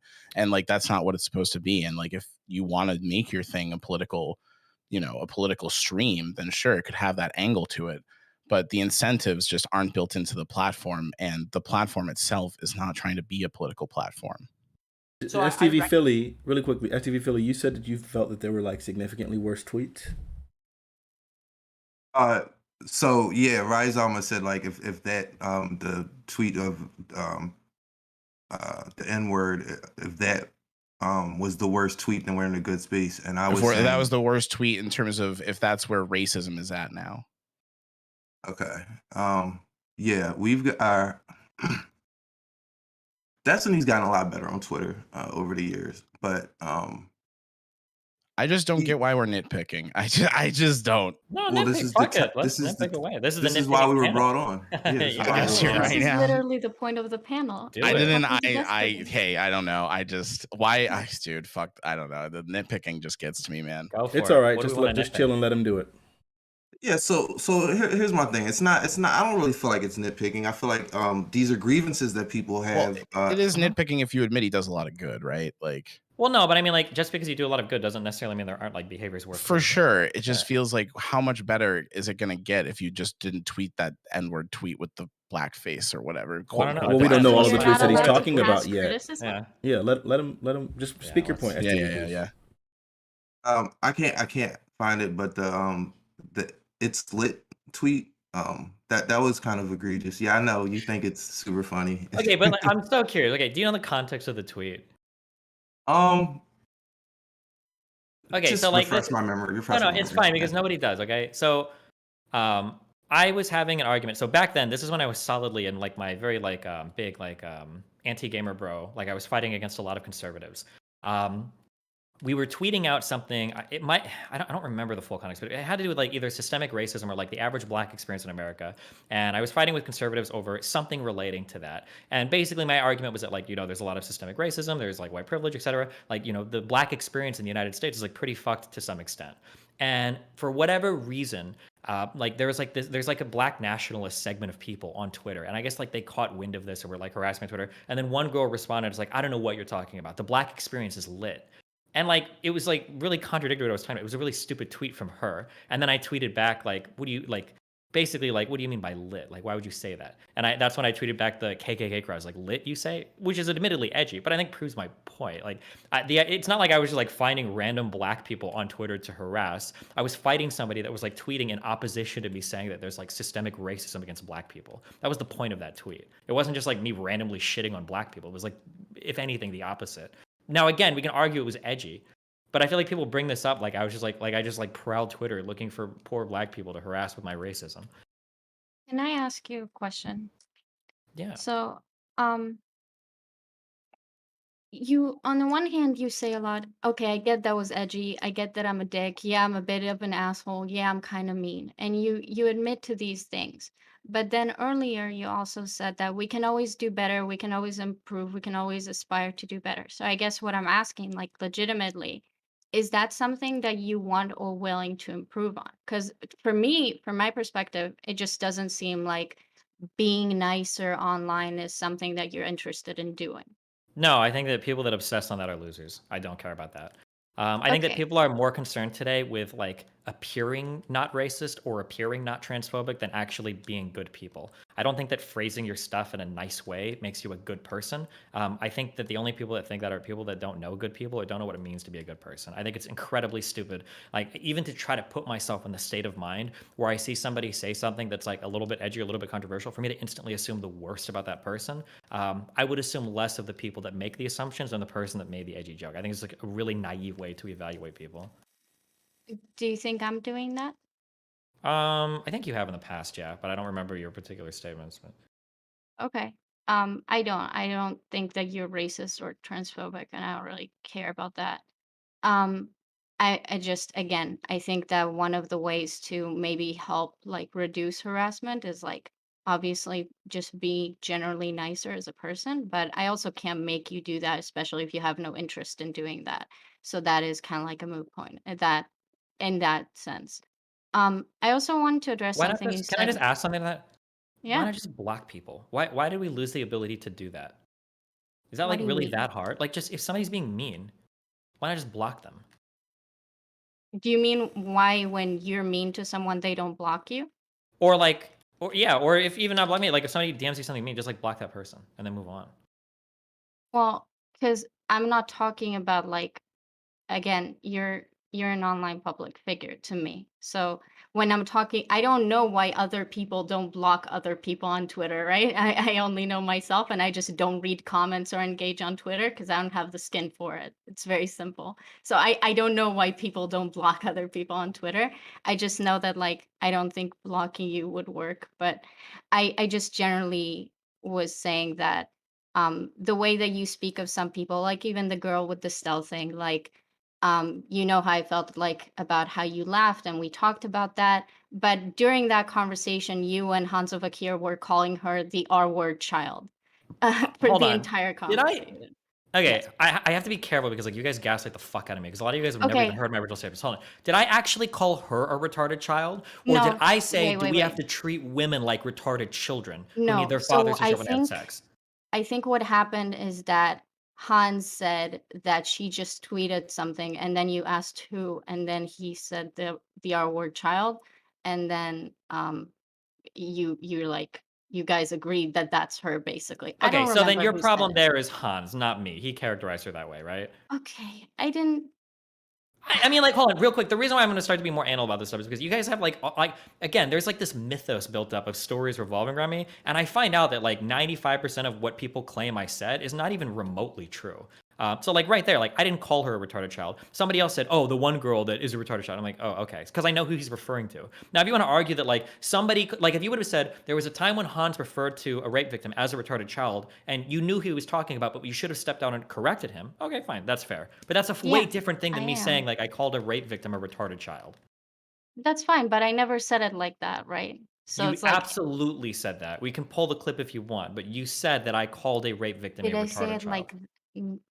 Okay. Well, if I did, then I apologize. Okay, which is fine. I don't think a lot of this even happens intentionally. I think a lot of it is unintentional, but I'm just being clear on what was said. But okay. Kate- I do think that it could have done a lot of good if you like interjected in that moment. But again, I don't think being nicer is quote unquote a priority for you. What I did want to address, like something that happened earlier, is that you said that like 2 or 3 DMs of people telling you to go kill yourself isn't harassment, right? Um, I get the general point that you were making, but this is a genuine question. Do you actually think that's not harassment, or do you think that's harassment not worth mentioning? It's incredibly minor harassment, is what I would say. If it's the type of harassment that like keeps you from these spaces, like you just shouldn't be in these spaces because it gets so much worse than that. And my harassment is like 100-fold that. So it's a little bit comical when people like complain to me about it and then make me out to be like some huge boogeyman evil guy. Especially when other content creators themselves are involved in actual brigading and actual like coordinated harassment campaigns against me. But well, and the platforms have built-in tools to prevent those things, right? If you're receiving a couple DMs, it's just a click away from you not seeing that shit anymore. It's okay. So I look at Twitch like a workspace, and everybody is colleagues in different departments. You know, not everybody knows each other, not everybody interacts with each other, but everybody you know, it's like a workplace. Okay, so Destiny, I'm not even sure if I think you said this on stream, but I saw it on YouTube, so I don't know if it was on Twitch, right? But the thing recently where you said the online trans community is not even worth engaging with because they are subhuman, and you used you used another word. I can't remember what it was. probably something so, like that. Yeah, so that was another one of my points of contention, I guess, with you is your generalization of groups. And I understand everybody uses hyperbole when they speak, so I don't expect everybody to you know, say things perfectly or express themselves exactly the way they meant to the first time. But when you have room to clarify, and then you double down and say, "Yo, that is what I meant." Yeah, I think it's legitimately one of the and worst groups online. Like, yeah, 100%. Maybe I should. I guess people really don't like the word subhuman, so maybe I shouldn't say subhuman. But like, I think it is legitimately one of the most toxic communities that exists on the internet. Yeah. And I guess we can argue that, like, and I do almost every time I say this, I do caveat that, like, not all trans people are like this. Like, in the real world, trans people are not insane like these people online in these communities. I've caveated this, like, so many times. But, like, I should be able to call out how fucking horrible that community is online. And people have already done it on this panel, where people are comfortable, like, stereotyping, like, gamers, right? Like, what are gamer bros like? But, like, and that's an arguably even larger, more diverse group of people. So, yeah, I don't know. I don't stand by this idea that, like, you can't call out, like, shitty communities when they're shitty just because they happen to be like a minority community. No, but it isn't that it's a minority community. It's that the percentage of trans people that are online that you've interacted with is probably, I'd say, I don't know, I'm gonna say less than 10%. It's probably a lot less than that, but let's just do a best guess. You've probably interacted with less than 10% of trans people online. And I understand you might have had bad experiences with these people. Fanatiq has told me some of his experiences with some of the same people you have issues with. right? Again, I understand what you're saying, but like I just reject it, right? Like 5 DGGers are enough for people to stereotype my entire community, but like me interacting with people that are getting like 50,000 likes on tweets aren't. Like, how does that make any sense? Like, I feel like people are so quick to stereotype every other community, and I'm not. I'm not even stereotyping all trans people. I said this a million times. Like, I'm only talking about like the online like trans activist community, and I feel like there's enough engagement there. I feel like there's enough like public like visibility there, and we've seen how it bleeds over into so many of us. I feel pretty comfortable making that assertion. And like, I hate to cite because it's coming from my community, so it could be biased, but like almost every email that I've gotten from another trans person also says that they fucking hate the online trans community, that it like makes their real life measurably worse because of the way that they function online and in the real world. So I don't even feel like it's that hot of a take, but because it's like the trans community, people get like super like ass mad about it. As a vegan, I know exactly what this is like. Right, yeah. Sorry. Well, I've interacted with plenty of wonderful trans people on this platform, plenty of them. And I've also interacted with some of these same people that you're talking about, and I feel the same. I feel the same way. I feel like there's a lot of degenerates on here. There's a lot of exactly the caricature of what people in their head have of trans people. There are individuals on this platform that behave in that way. I'm with you there. Where I'm not with you is, like I said, to generalize. Like, if you were to call out the individuals, like if you were to say, Demon Mom and Keffels, or I'm sorry, I shouldn't even be mentioning names. I'm sorry. But if you were to mention like the names of these people that you've been having issues with, that would be different. But so like if I interact with Jesse Lee Peterson and Candace Owens and it's just some of the black people that I really, really don't agree with, and probably would argue with. Now if I came back, Irrelevant. I was just throwing in an extra name. Go ahead. So yeah, if I was just to mention, and say, the interaction I've had on this platform with black people has been just horrible, and the online black community is subhuman, and just repeat verbatim what you said. Now, I'm not equating black people and trans people, obviously, but if I were to make that statement, even about Asian people or white people, I think it would be a lot easier for people to see how that statement is problematic. I guess it just depends on like the community, depends on like how true the statement is. Like, you bring up, now this is a limited experience of mine, so I don't know if I would go as crazy as this, but like you bring up Asian people, for instance, right? Like, are you familiar with any of like the Hapas communities like online?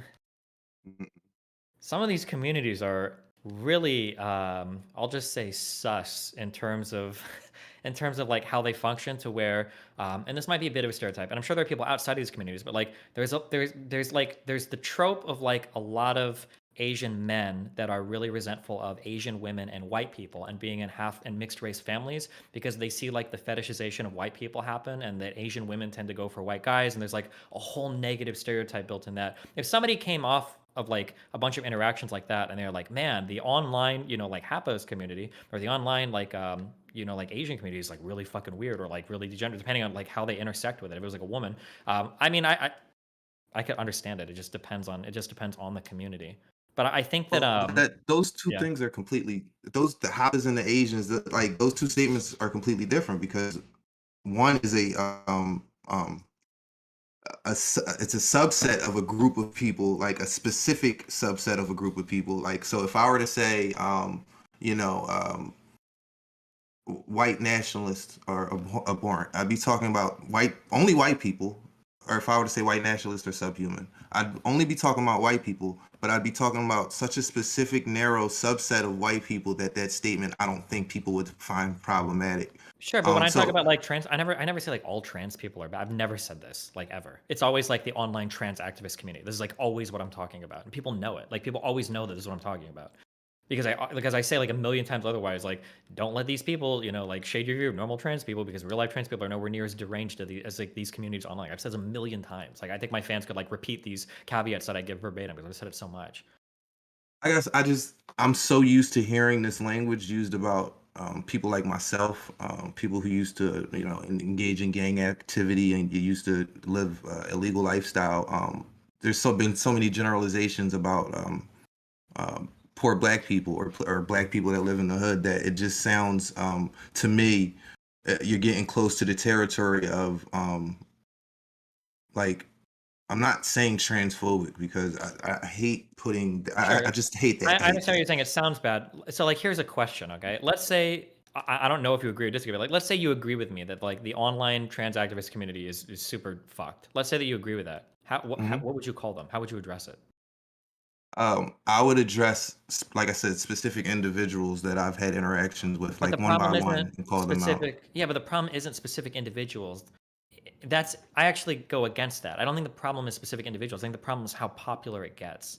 Because that used to be my argument, like back in 2016, when like Sargon of Akkad and Armored Skeptic, these people would like, they would find one crazy blue-haired screaming SJW, and they try to say like, look at how crazy this is. This is bullshit. Like, and my argument would always be like, okay, well, like it's one person. Like, why do you care? Like, this is just like one random on Twitter. Like, you don't have to like make a big deal out of this. But the problem with some of the crazy stuff that happens in the online trans community is that it's really, really popular in those communities. If it was just Demon Mama or just Doe or just like one of these people, then okay, whatever. Like everybody, like any individual could be crazy. Like they have their opinions. Who cares? But the problem is how popular some of the rhetoric gets and some of the toxicity gets. That's my issue with it. So the problem is the community, not one or two people. But Destiny, I think one of the problems that he's like kind of like trying to say is that when you use the phrase like subhuman, then that ends up sounding like a dog whistle because subhuman is so oftenly associated with Sure, I mean, trans like I people. can, yeah, and I'll try to find different insults, I guess, or like different words.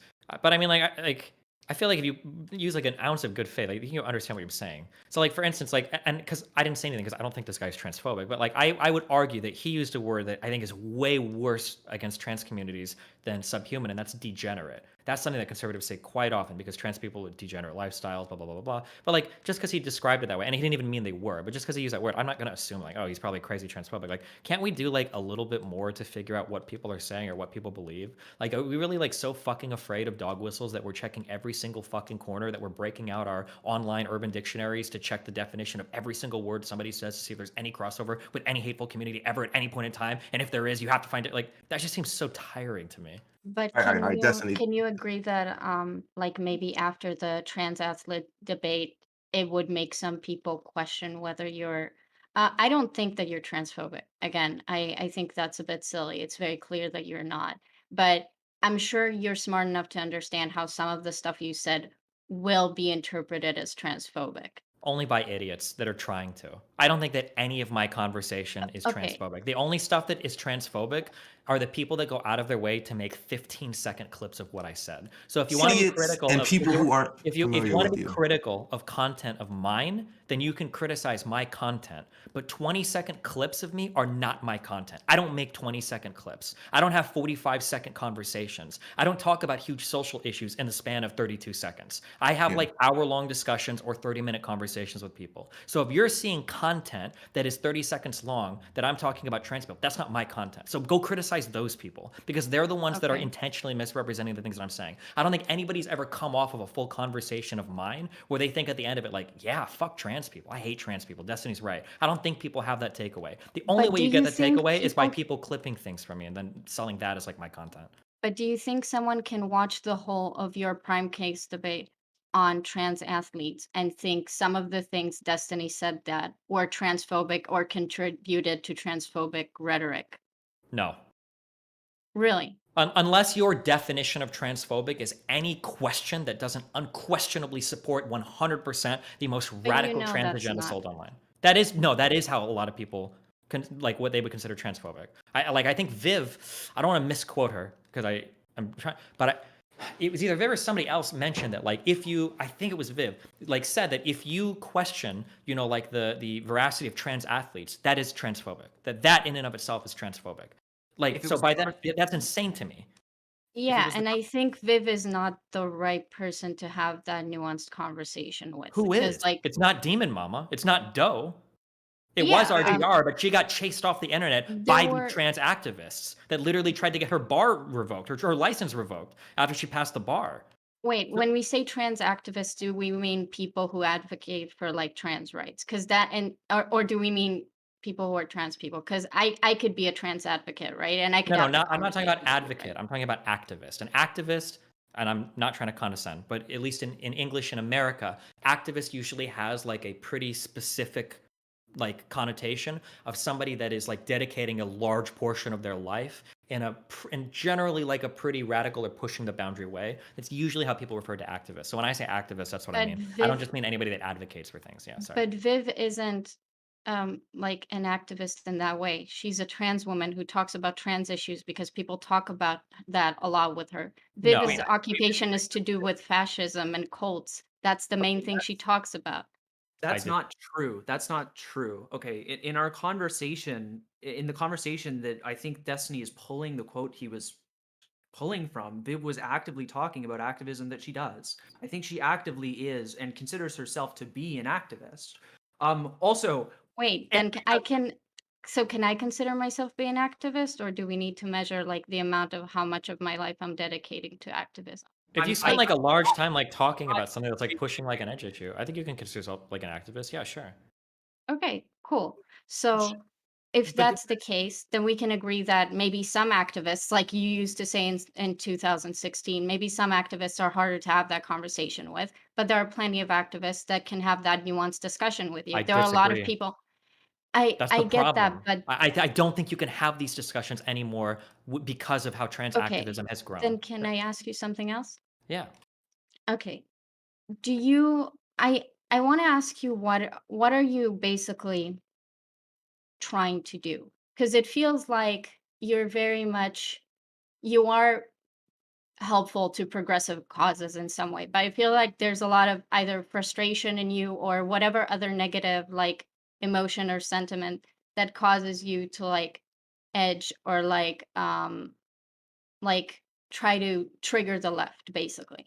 And I feel like that comes at the cost of those progressive causes, but I that's my problem, not yours. What I'm asking is like, what do you want? Are you trying to provide the tension between the left and the right that you talk No, about? I don't give Are a you fuck that about the tension? left or the right. That's not my goal, is to even be aware of those Then what positions. is It your doesn't goal? inform anything that I do.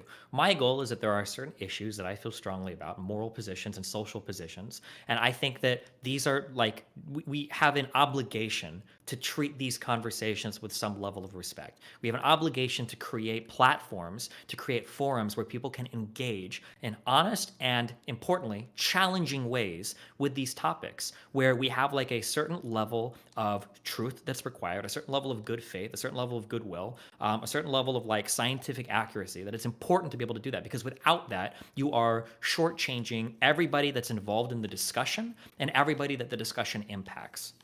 But you deem your information and your opinions to be the nuanced, challenging thing. But so you were presenting data in the trans athlete debate, and other people were presenting different data.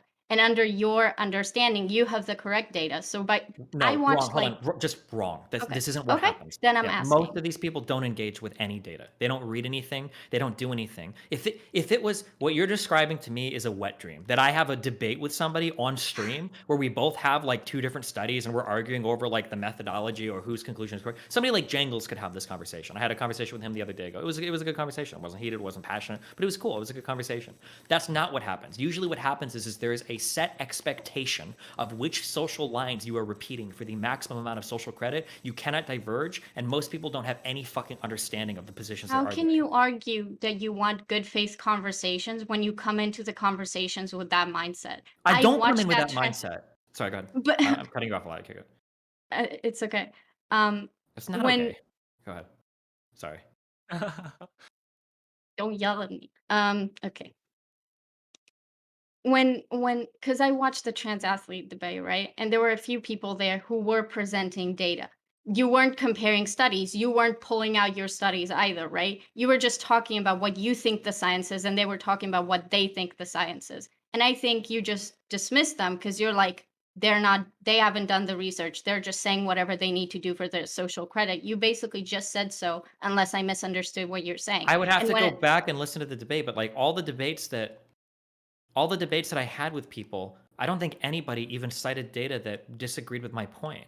I think that because the conversation has gotten more radical to where people are saying that like, okay, well, actually, it is true that trans athletes have an advantage, but that shouldn't matter. Like the boss of like the trans debates, is it Ashley? I don't remember her name. I think she's a friend of that Chloe person. But when she came on to argue with me, she was essentially saying, like, yeah, there is probably some advantage retained, but maybe it shouldn't be a big deal. Like that was her ending thing. So we didn't even have to have a discussion on the data. She agreed with me on the data, but she still disagreed with the final point that it should even matter. Okay. That is what I remember. I was actually about to jump in and say that exact thing, that you guys were both referencing the same data. You thought it was a bigger deal, the difference in trans women's advantage over cis women. You thought it was a bigger deal than the other person did.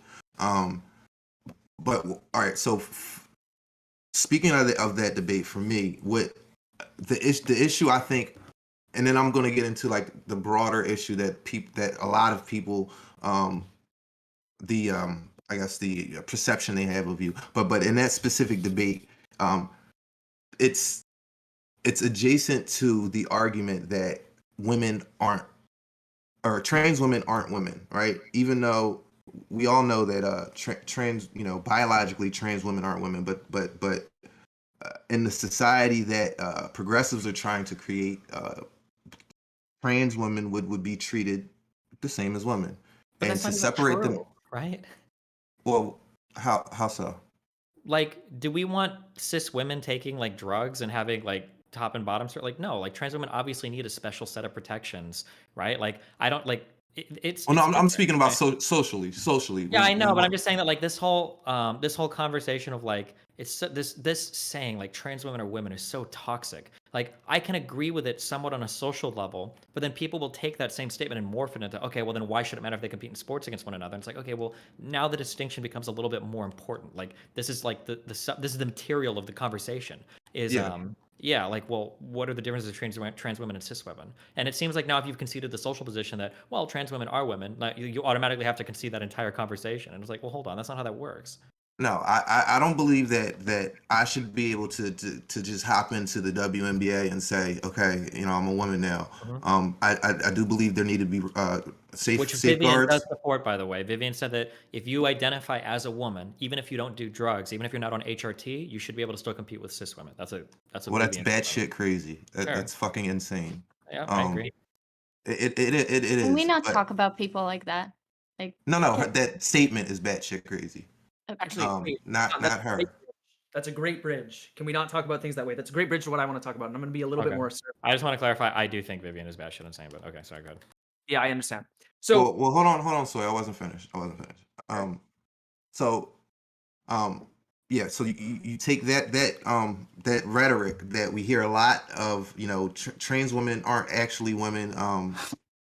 We know that, but when it comes to sports, Well, hold on, I would be careful on that phrasing. I'm sorry, I just have to I wouldn't say trans women aren't actually women. I would say that trans women aren't cis women. I think there's a difference here, is what I would say, right? trans women aren't cis women. Yeah. Okay, Yes. yeah. Okay. I can agree with that. Yes. Mhm. Okay. So, but when it comes to the sports debate, the advantage, what he was saying was that the advantage, it wasn't enough to separate trans women into a completely different league. There's not enough of them, and that your argument was that most of the trans women competing in sports happens on a high school and a college level, so it would be a lot more, the advantage would be a lot more prevalent in those situations, and that actually wouldn't be a good thing because it would push cis women out of, well, it would decrease their ability to thrive or be the best at their sport. And so what I was thinking during that debate was that while you might be correct that there is an advantage for trans women, this was the same, and the person you were debating even got this a little bit wrong, but this, like, when it goes back to like the Negro leagues and sports, like, this is the same argument that was used against black people to keep them out of sports with white people. Now, race and gender is not the same thing. I acknowledge that. However, that was the same argument, and now you have black people dominating certain sports, and nobody really has an issue with that. But like I was saying, that is the same argument used against black people to keep them out of, because they knew they thought they knew that there's a certain advantage in terms of like with certain sports, especially like basketball or baseball or Right, sure, but like this isn't like a football. good argument, right? Like if I were to Why say not? that like I separate like I'm gonna have like fifth graders competing against fifth graders and not like high schoolers, and somebody's like, well, why? And it's like, well, I think if you're a high schooler, you have a huge competitive edge against a grade schooler. And somebody's like, okay, well, people used to say the same thing about black people. That's not a good argument. I can't use that as a catch-all to say that any two people should be able to compete with any two people, right? Like there might be some categorizations that like separate people out in valid differences, right? We might be talking about gender separations. We might be talking about weight classes. We might be talking about ages, like pro sports versus recreational leagues. So how do we have a society in which we accept trans women except for in sports? Like I don't know. It's how do really we do It's a that? really hard one. I acknowledge that it's really hard, but I don't think an acceptable answer is the destruction of women's sports. I don't think that's an acceptable answer. I don't think that can be the answer. I don't see how anybody believes that that makes for a better Why are we society. framing it Wait, like that, hold on though? though. Because Rather that's the than framing. I don't want this to just become a conversation or a debate on trans sports in general. That conversation has been like beaten and dead. But Yes. you definitely had a position you wanted to make earlier regarding, I think, about just the people's candor and the way people carry themselves in sports or something. I mean, in political spaces. Can you get into that real quick? Thank you so much for giving me the opportunity to speak, because I'm kind of getting rolled, and I'm actually going to be a little bit more assertive. So I want to be clear about what specifically I have a problem with, why I have a problem with it, and why I think the fact that like discourse on the internet has been getting better doesn't actually matter. Okay. I agree that discourse on the internet is better than it used to be. It used to be a much bigger problem that people on the internet would be like calling each other the N-word or the F-slur, and those people progressively have done that much less. It's still a problem. You go into like a Valorant lobby, you can obviously hear this, but at least on Twitter and at least on Twitch, we see less of it. And I think that's good. And I think the fact that we see less of that is a good thing. The fact that bans can encourage people not to do that is also good. And I think we should use, and I think unfortunately the tools that we have are pretty blunt, and that we should use those blunt tools. I think in political spaces where what's at stake is like the turnout of like local elections, or more realistically, like the emotional state of like a bunch of people on the internet, that and maybe the future state of how they have conversations on the internet, that we have a moral responsibility to be like be amenable to be affable enough that people can change their opinions, to say things in such a way that people aren't going to become immediately and entirely defensive. And your behavior isn't in line with that principle. So that's why I support your ban. Is that clear? So just to understand it, so we have a moral responsibility to be nice to people. Yeah. Okay. Well, hang on. You Can I can say fight you on that? you can fight me on that. I absolutely want to be fought on it. But just to be clear, I want to be clear. I want to do some modeling, I guess, of how this works. So I think that like there's a degree of niceness that we have a responsibility to be. I think if we're looking at somebody and like they insult someone once per year on Twitter, that's not going to cross our like a threshold at which they've been mean enough that we can say it's reasonable to ban them. And obviously, if they insult someone twice a year, that's not enough. Likewise, if somebody calls literally everybody likewise, if somebody like spams pornography at every single person they interact with on the internet, and I'm not saying you do that. If someone spams pornography at every single person they interact with on the internet, we would be totally just in banning them, in part because they're so mean. And if every single time that somebody who was conservative, disagreed with somebody on the internet, they spammed pornography at them, we would have a responsibility to some degree. That person would be like doing something wrong, like actually morally wrong. Now, that means that somewhere, if you agree that the difference here is to some degree related to how mean they were, and that it could be, that it is probably the case that there's a threshold of mean which it's like okay to ban someone, then I think that like I guess I think that there has to be some threshold between the 2 points. So I guess what I want to say is that part what I think is true is that you go over the threshold. And I can argue for that using cases, I guess.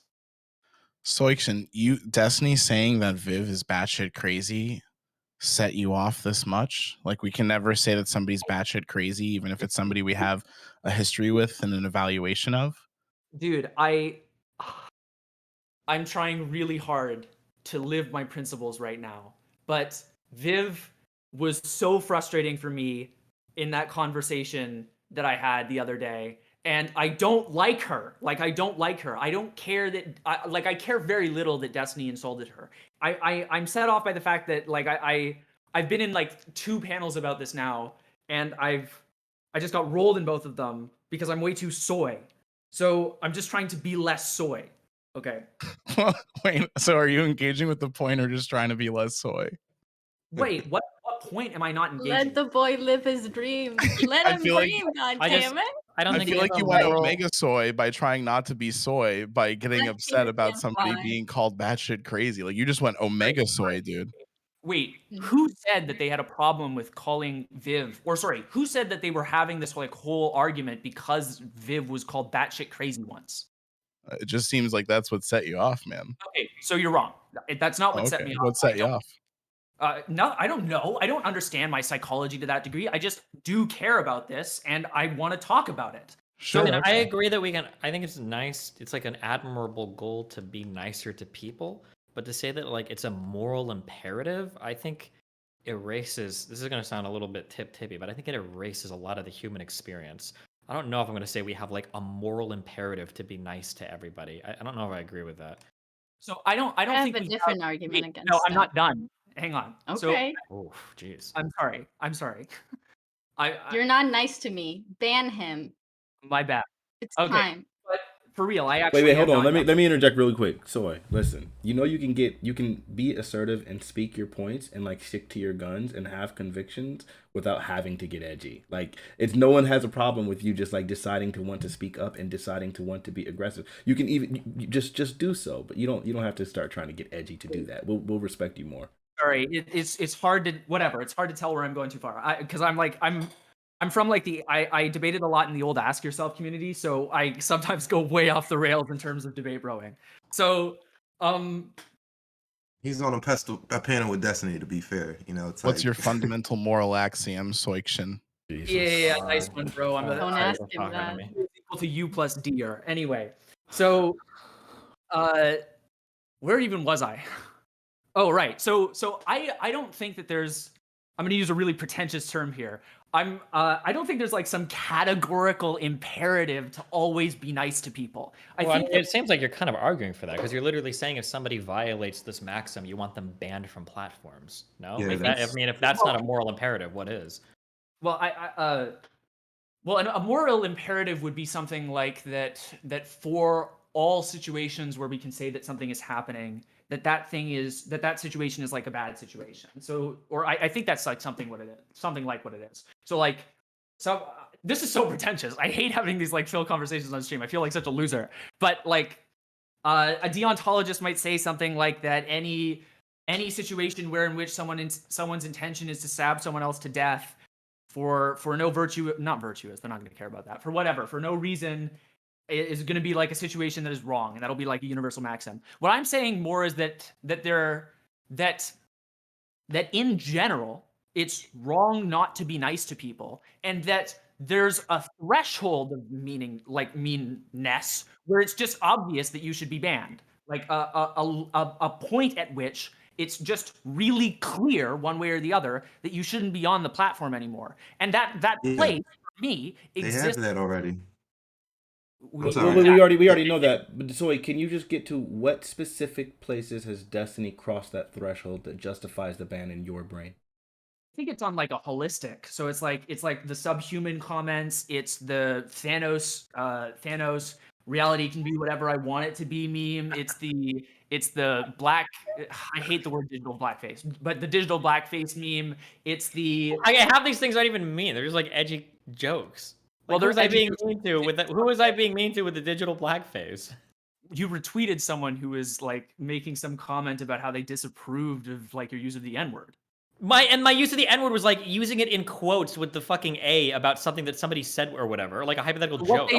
What they said might be ridiculous, but the point is still that you are antagonizing somebody. That is true. It is inflammatory to them, which was the claim I made. Yeah, but anything can be inflammatory to fucking anybody, right? It's Trans bad to be people are bad. inflammatory to conservatives. Like, better reason to think will be inflammatory, which is why I said on the whole I have a problem with this behavior. Individual instances I would never use to ban you.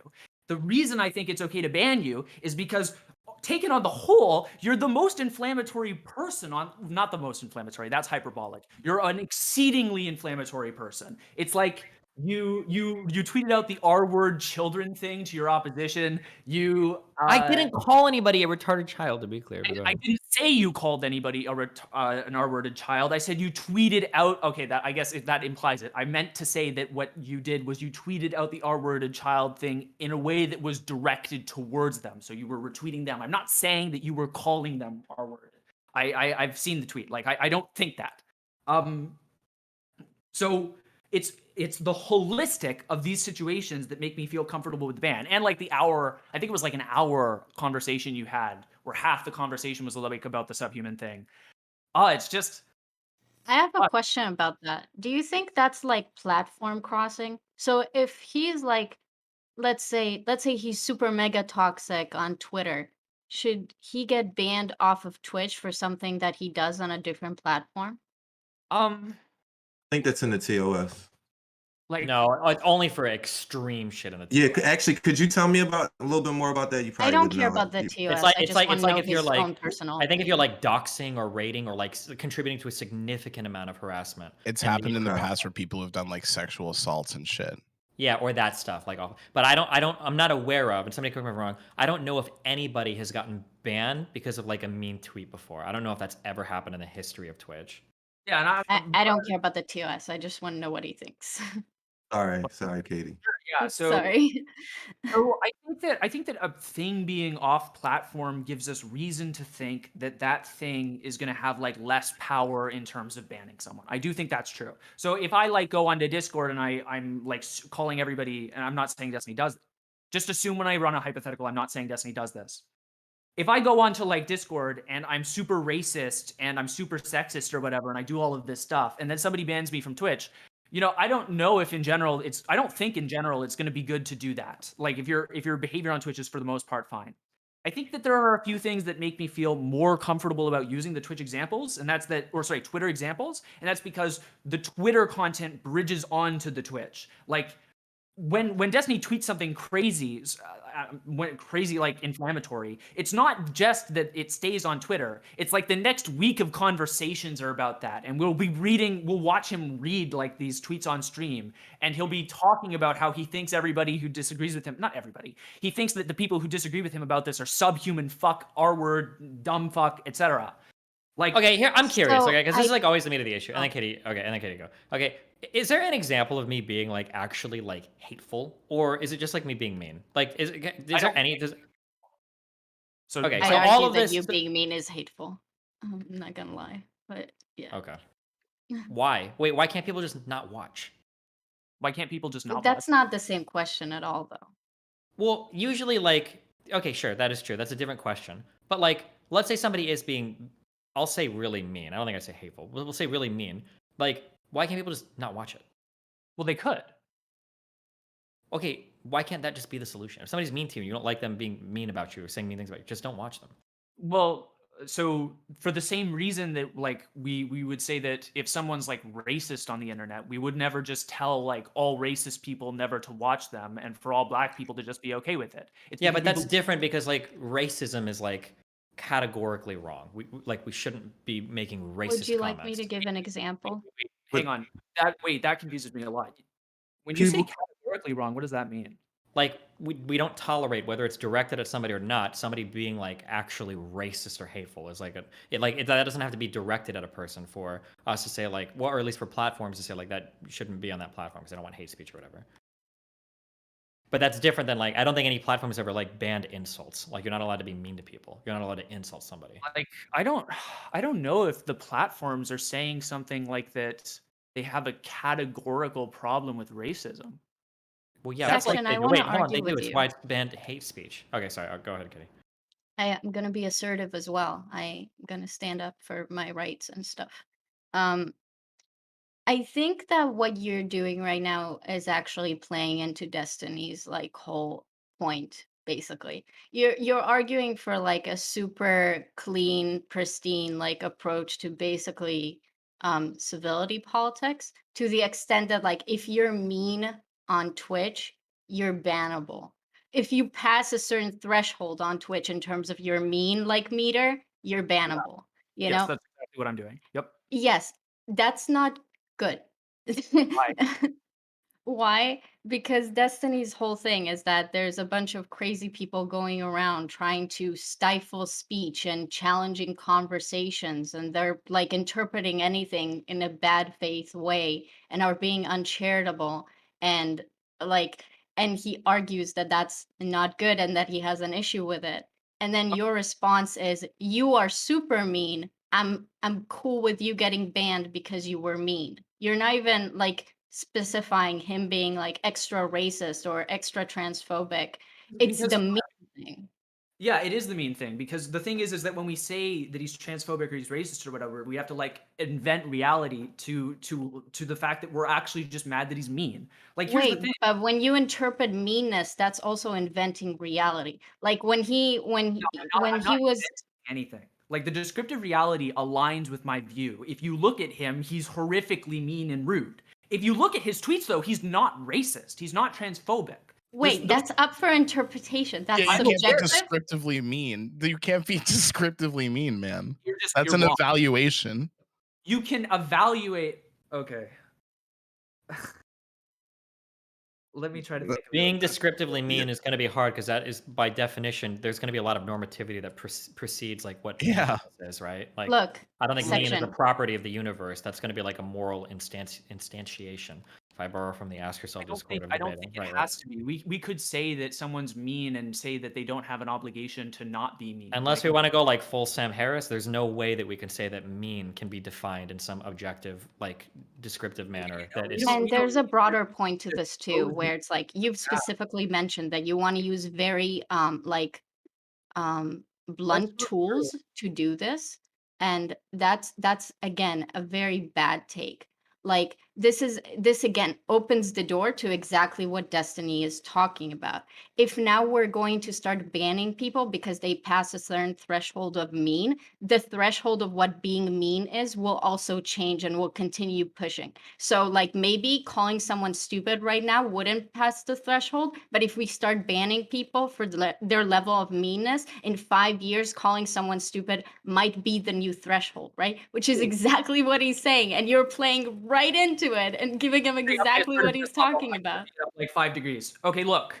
Just because we have some threshold doesn't entail that the threshold will become progressively lower. We have a threshold for racism right now. I think we do. If somebody has like a subconscious racism component to themselves and they're slightly ruder to black people on Twitch, we can observe that fact and say that it's bad and we don't like it. But if Twitch could know that, I don't think they would immediately ban every person who does that. That would probably be like 90% of their platform gone.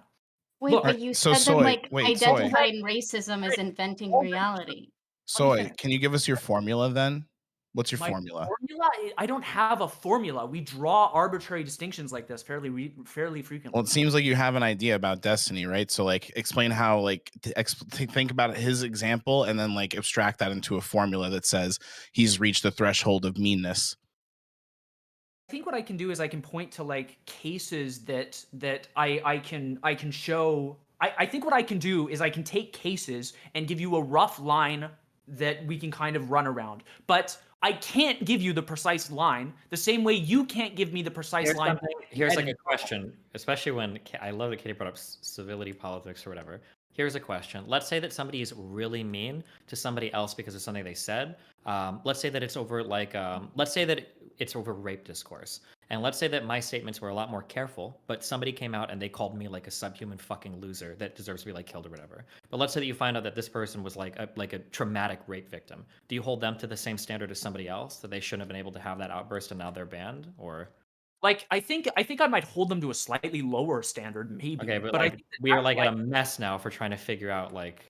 Well, hang on. And also, you can say a lot of heinous things in a very polite way and not be mean, but they're still heinous. Just hit me with like a really hard question.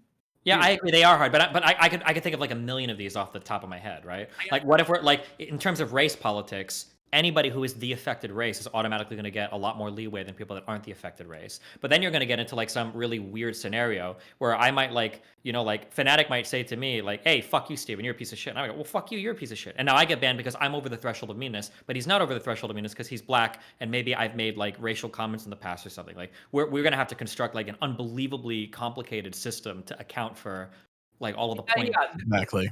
I agree that this might be a reason for us to reduce the complexity of the system. Maybe we say that it's practically impossible to implement like our full desired principle, like a super. And ideally, what we would do is like we'd literally have a principle that would pick out like every single situation before they even happen, and they're like, okay, when Destiny says this one word to this one person and this specific time at 3 blah blah blah p.m. on Friday the 15th, we can say in this moment he deserves to be banned, and blah blah blah. In this other set they don't. Ideally, that would be it. Obviously, we can't do that, so obviously we need to have like some principle. And you might be able to point out that some principles are too complicated to enforce, but that isn't going to get us to the point where we can say that there should be no principle. Likewise, when we have like racial principles against like racism, just because we can complicate them doesn't tell us that we shouldn't have any racial principle. Like for example, we get into weird situations in real life. I agree. Fundamentally, what you're saying, like just because a principle might be arbitrarily complicated to enforce, doesn't necessarily mean the principle isn't itself real, right? Yes. Yes. The answer is yes. I want to say yes. You use the word real, but I know that's not like whatever. I think you mean like has value. Value. I don't mean like ontologically or epistemically in the face of the universe. Era stuff before, so my mind was still on. Sure. But like moving away, I guess, from the memes of like trying to even establish that system, which I think we all agree is probably impossible. I think I would challenge you on the principle that like I don't think that being mean to people is like a wrong thing. I think it's okay that people are mean to each other. They shout at each other. Like it's part of the human experience. Like, I don't know. I've had family members where we shout at each other when we argue, but like, it's okay. Like people do it. When you play games with people or sports, you get mad at people, you shout at people. When your sports team loses, you shout at people. Like, I think that's all okay. I don't think we have to like eliminate all of this from society to exist. I think we can function with some people being mean and we don't have to seek to remove all of it because we can't handle it. I think that's a little bit insane. Yeah. But that's why. And I was going to say, and the problem is that people draw the line arbitrarily, like, you know, what is transphobia, what is racism? And when that is the case with platforms drawing the line arbitrarily, then the creators or the participants don't know, and they don't specify where that line is. Like I said, it's arbitrary. Then we get in trouble. How some people interpret Destiny's comments as transphobic when, like, you know, to a large majority of people they're not, but there's still going to be that group of people that do believe that. So setting the threshold at mean, I don't think would move us forward in any way, because then that could be weaponized against anybody that, you know, you disagree with or don't like, or who's, you know, quote unquote mean to you. I want to respond to what you just said, but the question Destiny asked was harder, where he says it's part of the human experience. So I'll really quickly respond to what you said. All lines that we draw on any platform ever will be arbitrary, and we'll have to decide the boundaries of those principles. Just because we set some arbitrary line principle doesn't mean that the principle is going to be bad. If you just point out that it's arbitrary and say that, oh, because it's arbitrary, people are going to misuse it, that's going to be true of literally every single principle we set on any site ever for literally any reason. And you see people misuse them. You see people misuse the racial principles the anti-racist principles that exist on Twitter. That doesn't mean we shouldn't have them. Now, look, I think he's arguing something else. So I think he's arguing for the futility of trying to find a consensus definition of what meanness is. Do we have a consensus definition of what racism is? Sorry, what? Wait, yes? Yeah? Yeah. Typically, when you're attacking or discriminating against somebody on the characteristic of their race, we call that racism, right? Sure.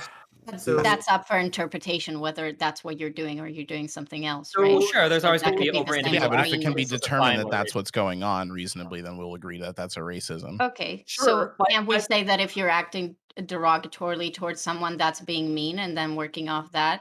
Yeah, we always are going And to then have... we can discuss the validity of whether Vivian is actually crazy or if it is derogatory or not. It's the exact same thing. It's not different.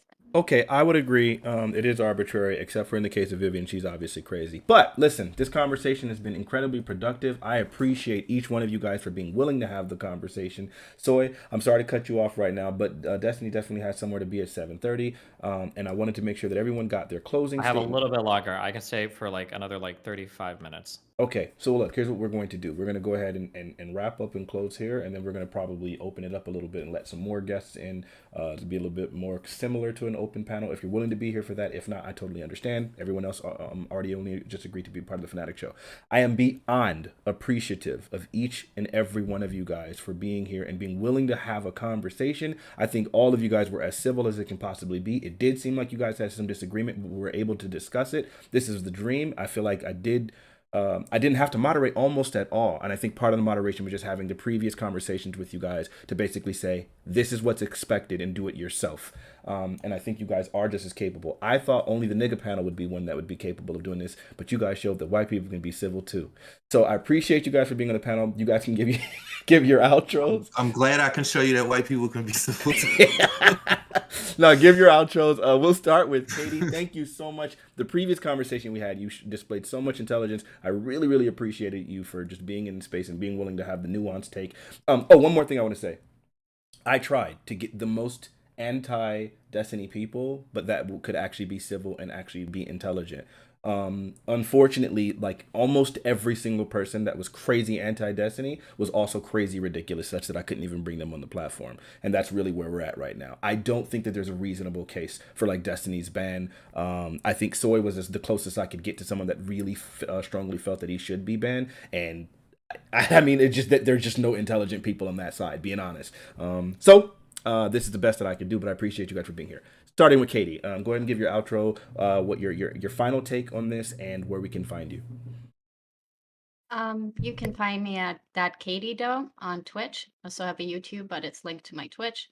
My final take is that I really wish we could have discussed the responsibilities of big streamers, because a lot of what Section was talking about, a lot of what Ray was talking about, has to do with that for me, and I didn't get to touch that enough, and that's unfortunate, but we talked about other things. And I wanted to say that I really disliked Mr. Girl's like transel culture like video, and I want to debate him on what he thinks being Jewish is. So if he's up for it, I'm putting out the call, because I think that was very cringe, and I hate that. That's a So bad video. Bad. He made it actual a couple like I think he said that you can't like change being Jewish. You can become Jewish. I don't know why. yeah, it was pretty cringe on all. Yeah. It was gross. Yeah, I agree. It's that. You're muted, Fanatiq.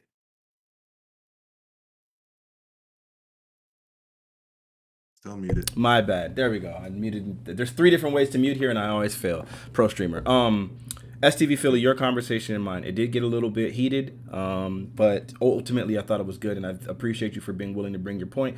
It is incredibly nerve-wracking to be in a conversation with one of the bigger streamers and being kind of new to this space, but I respect you for just even attempting to and like kind of expressing your point of view. Please just tell people your final take and where people can find you and all that stuff. Sure. So STV Philly everywhere, Twitter, YouTube, Twitch. My final take is it was billed in the Discord that I was pro Destiny's ban.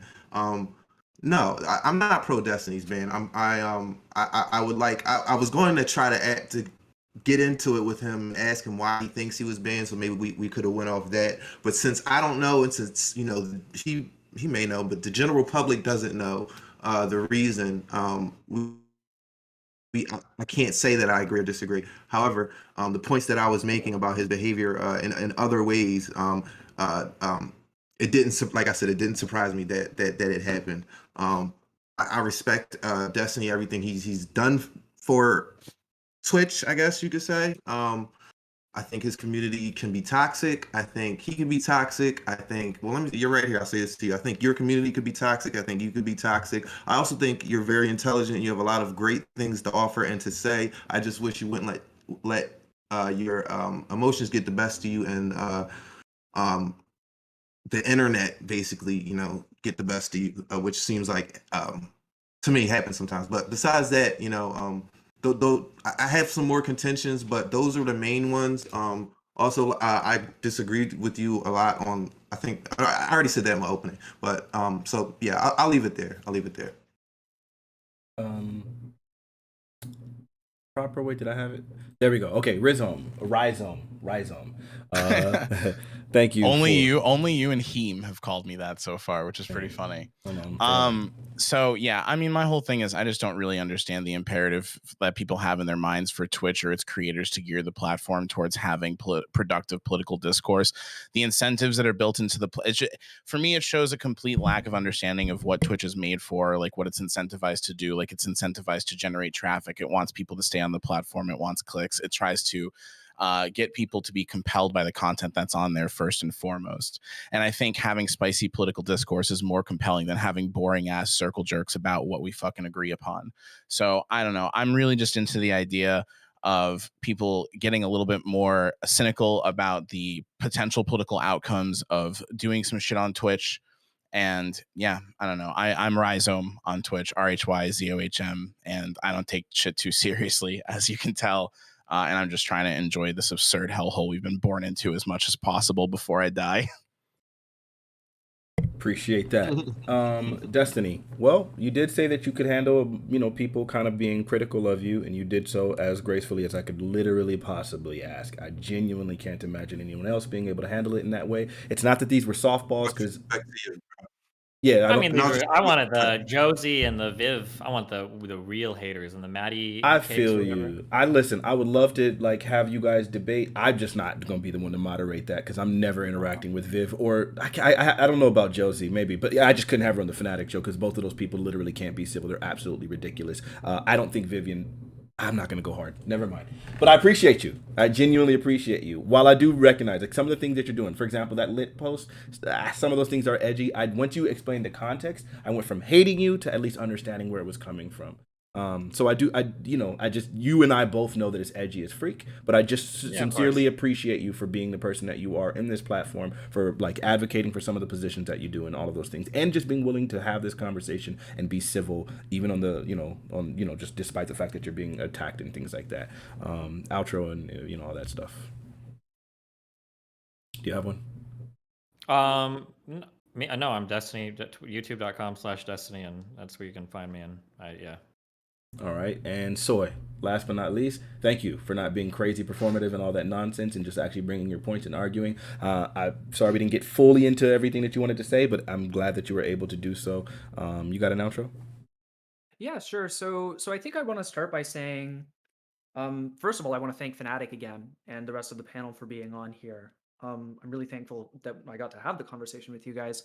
Secondly, I think that something that rarely happens at the end of conversations is people are able to admit that when they couldn't defend a position.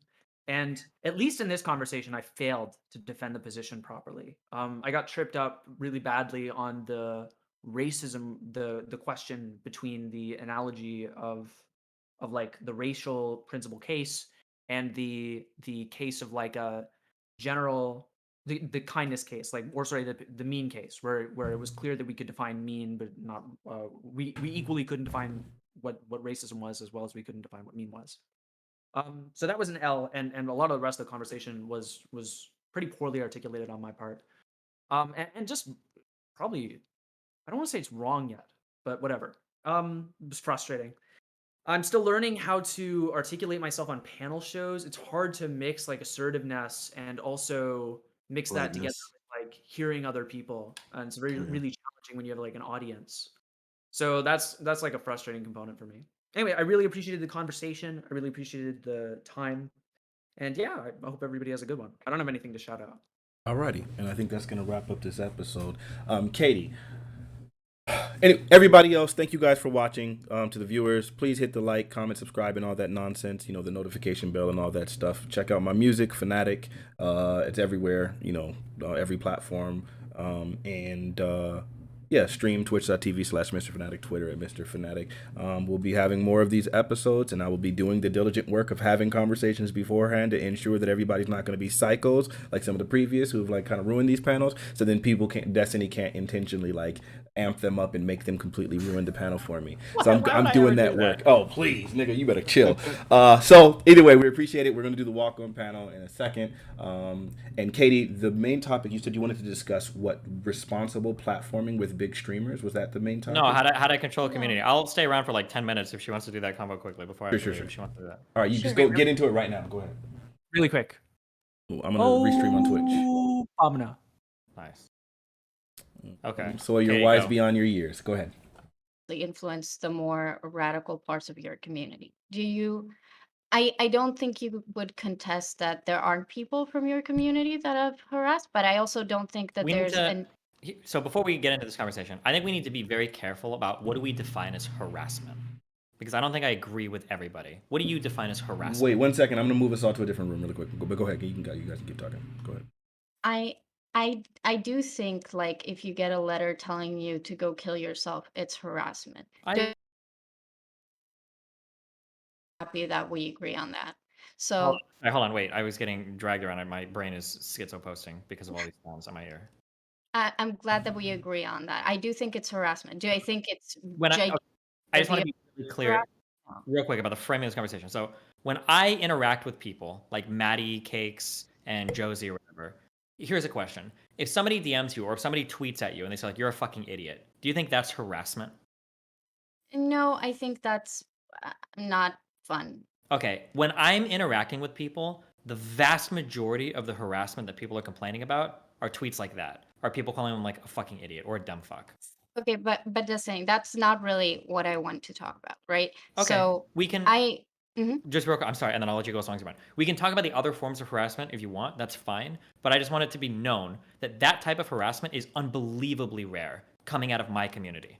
Like, there will be people that will get 1 or 2 of those DMs, but every single time we've reached out and asked people for like lists of anything, like very rarely do they ever respond. I shouldn't say every single time. Most of the time they don't respond. And usually when people do respond, when I go and look at these accounts, they're like 0 follower accounts that follow like me and like Nick Fuentes. It very rarely is it people. Or like sometimes you'll get people, I think I saw, who posted this recently? I think it might have been Josie who posted a tweet and the person was like, kill yourself. You're so fucking horrible, you dumb bitch. DGG for life. Like, really? Do you really think that's somebody in my community doing that? Like, it's almost comically false flaggy.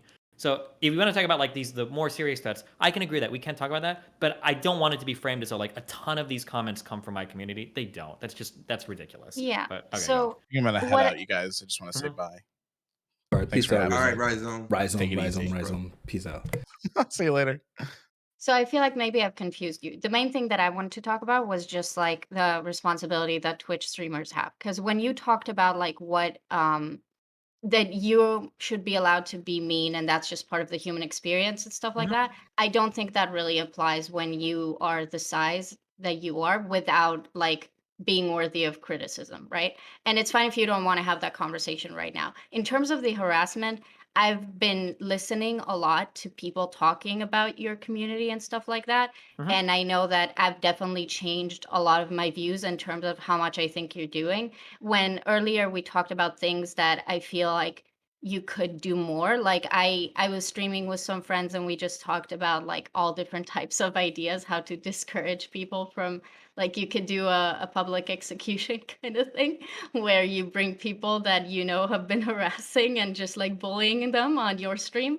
So sure. that was Just to be clear, and I'd be curious to hear all your ideas.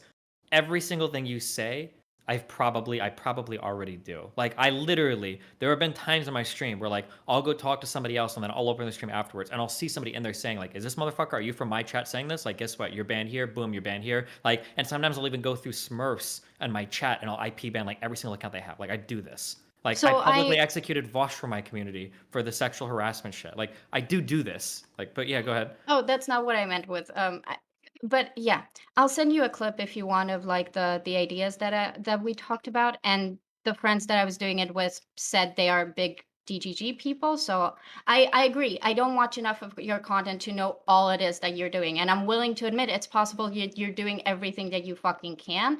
And then the only issue left is like the civility thing or like the meanness thing. Earlier when we were talking, um, and you when you said like why not just block someone, for example, I got a DM saying Destiny and Fanatic mentioned you on their stream. I opened the stream to see the timestamp, and then it was Katie, that Norwegian girl. Oh yeah, she's crazy. Oh no, I shouldn't say crazy, she's just whatever, right? So I could then block you, but also I want to engage on this space, right? And I don't know how mean or not mean you're going to be nice to me at any given moment, right? So like engaging with you is just kind of like an intimidating experience because you can be a very kind, nice person and you can choose not to be, and it changes pretty radically depending on something, you know? Sure, but again, like if that's the limit for you, I think that you're the one setting the unreasonable. Like if somebody calls you crazy and that's like, I can't handle this is too much. Like, But I that's feel not like, what I said. okay, well, I mean, I struggle to think of what I could say that wouldn't be TOS breaking that I think you could have a reasonable reaction to. That would be like, okay, sure, I understand why you wouldn't want to be involved with this or why you would want to like police this behavior. I'm not saying that I want to police this behavior. Again, you can say whatever you want and think whatever you want. I have no issue with that. I told Fanatic very early on, like I was supposed to be brought on to like talk about your ban. I think the ban is like R worded. Okay, like I think this is fine. I think it's very very very dumb. So I don't think you shouldn't be allowed to be mean, and I definitely don't want to police that. I really disliked what Section said for a lot of reasons, and I think he very much played into exactly the stuff that you're worried about, which was very unfortunate because we were supposed to kind of be on the same side.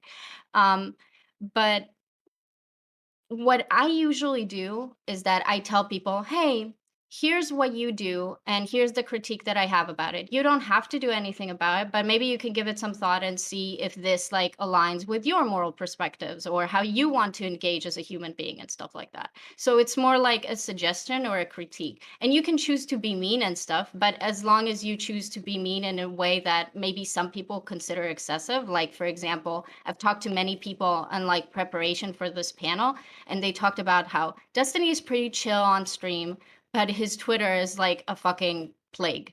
You know, it's very, Sure. very edgy. One of the issues that I have is that like sometimes like memes become reality where people repeat so many things that like I and eventually these characterizations grow larger than what even previously existed. Like, am I like relatively mean on Twitter? Yeah, sure.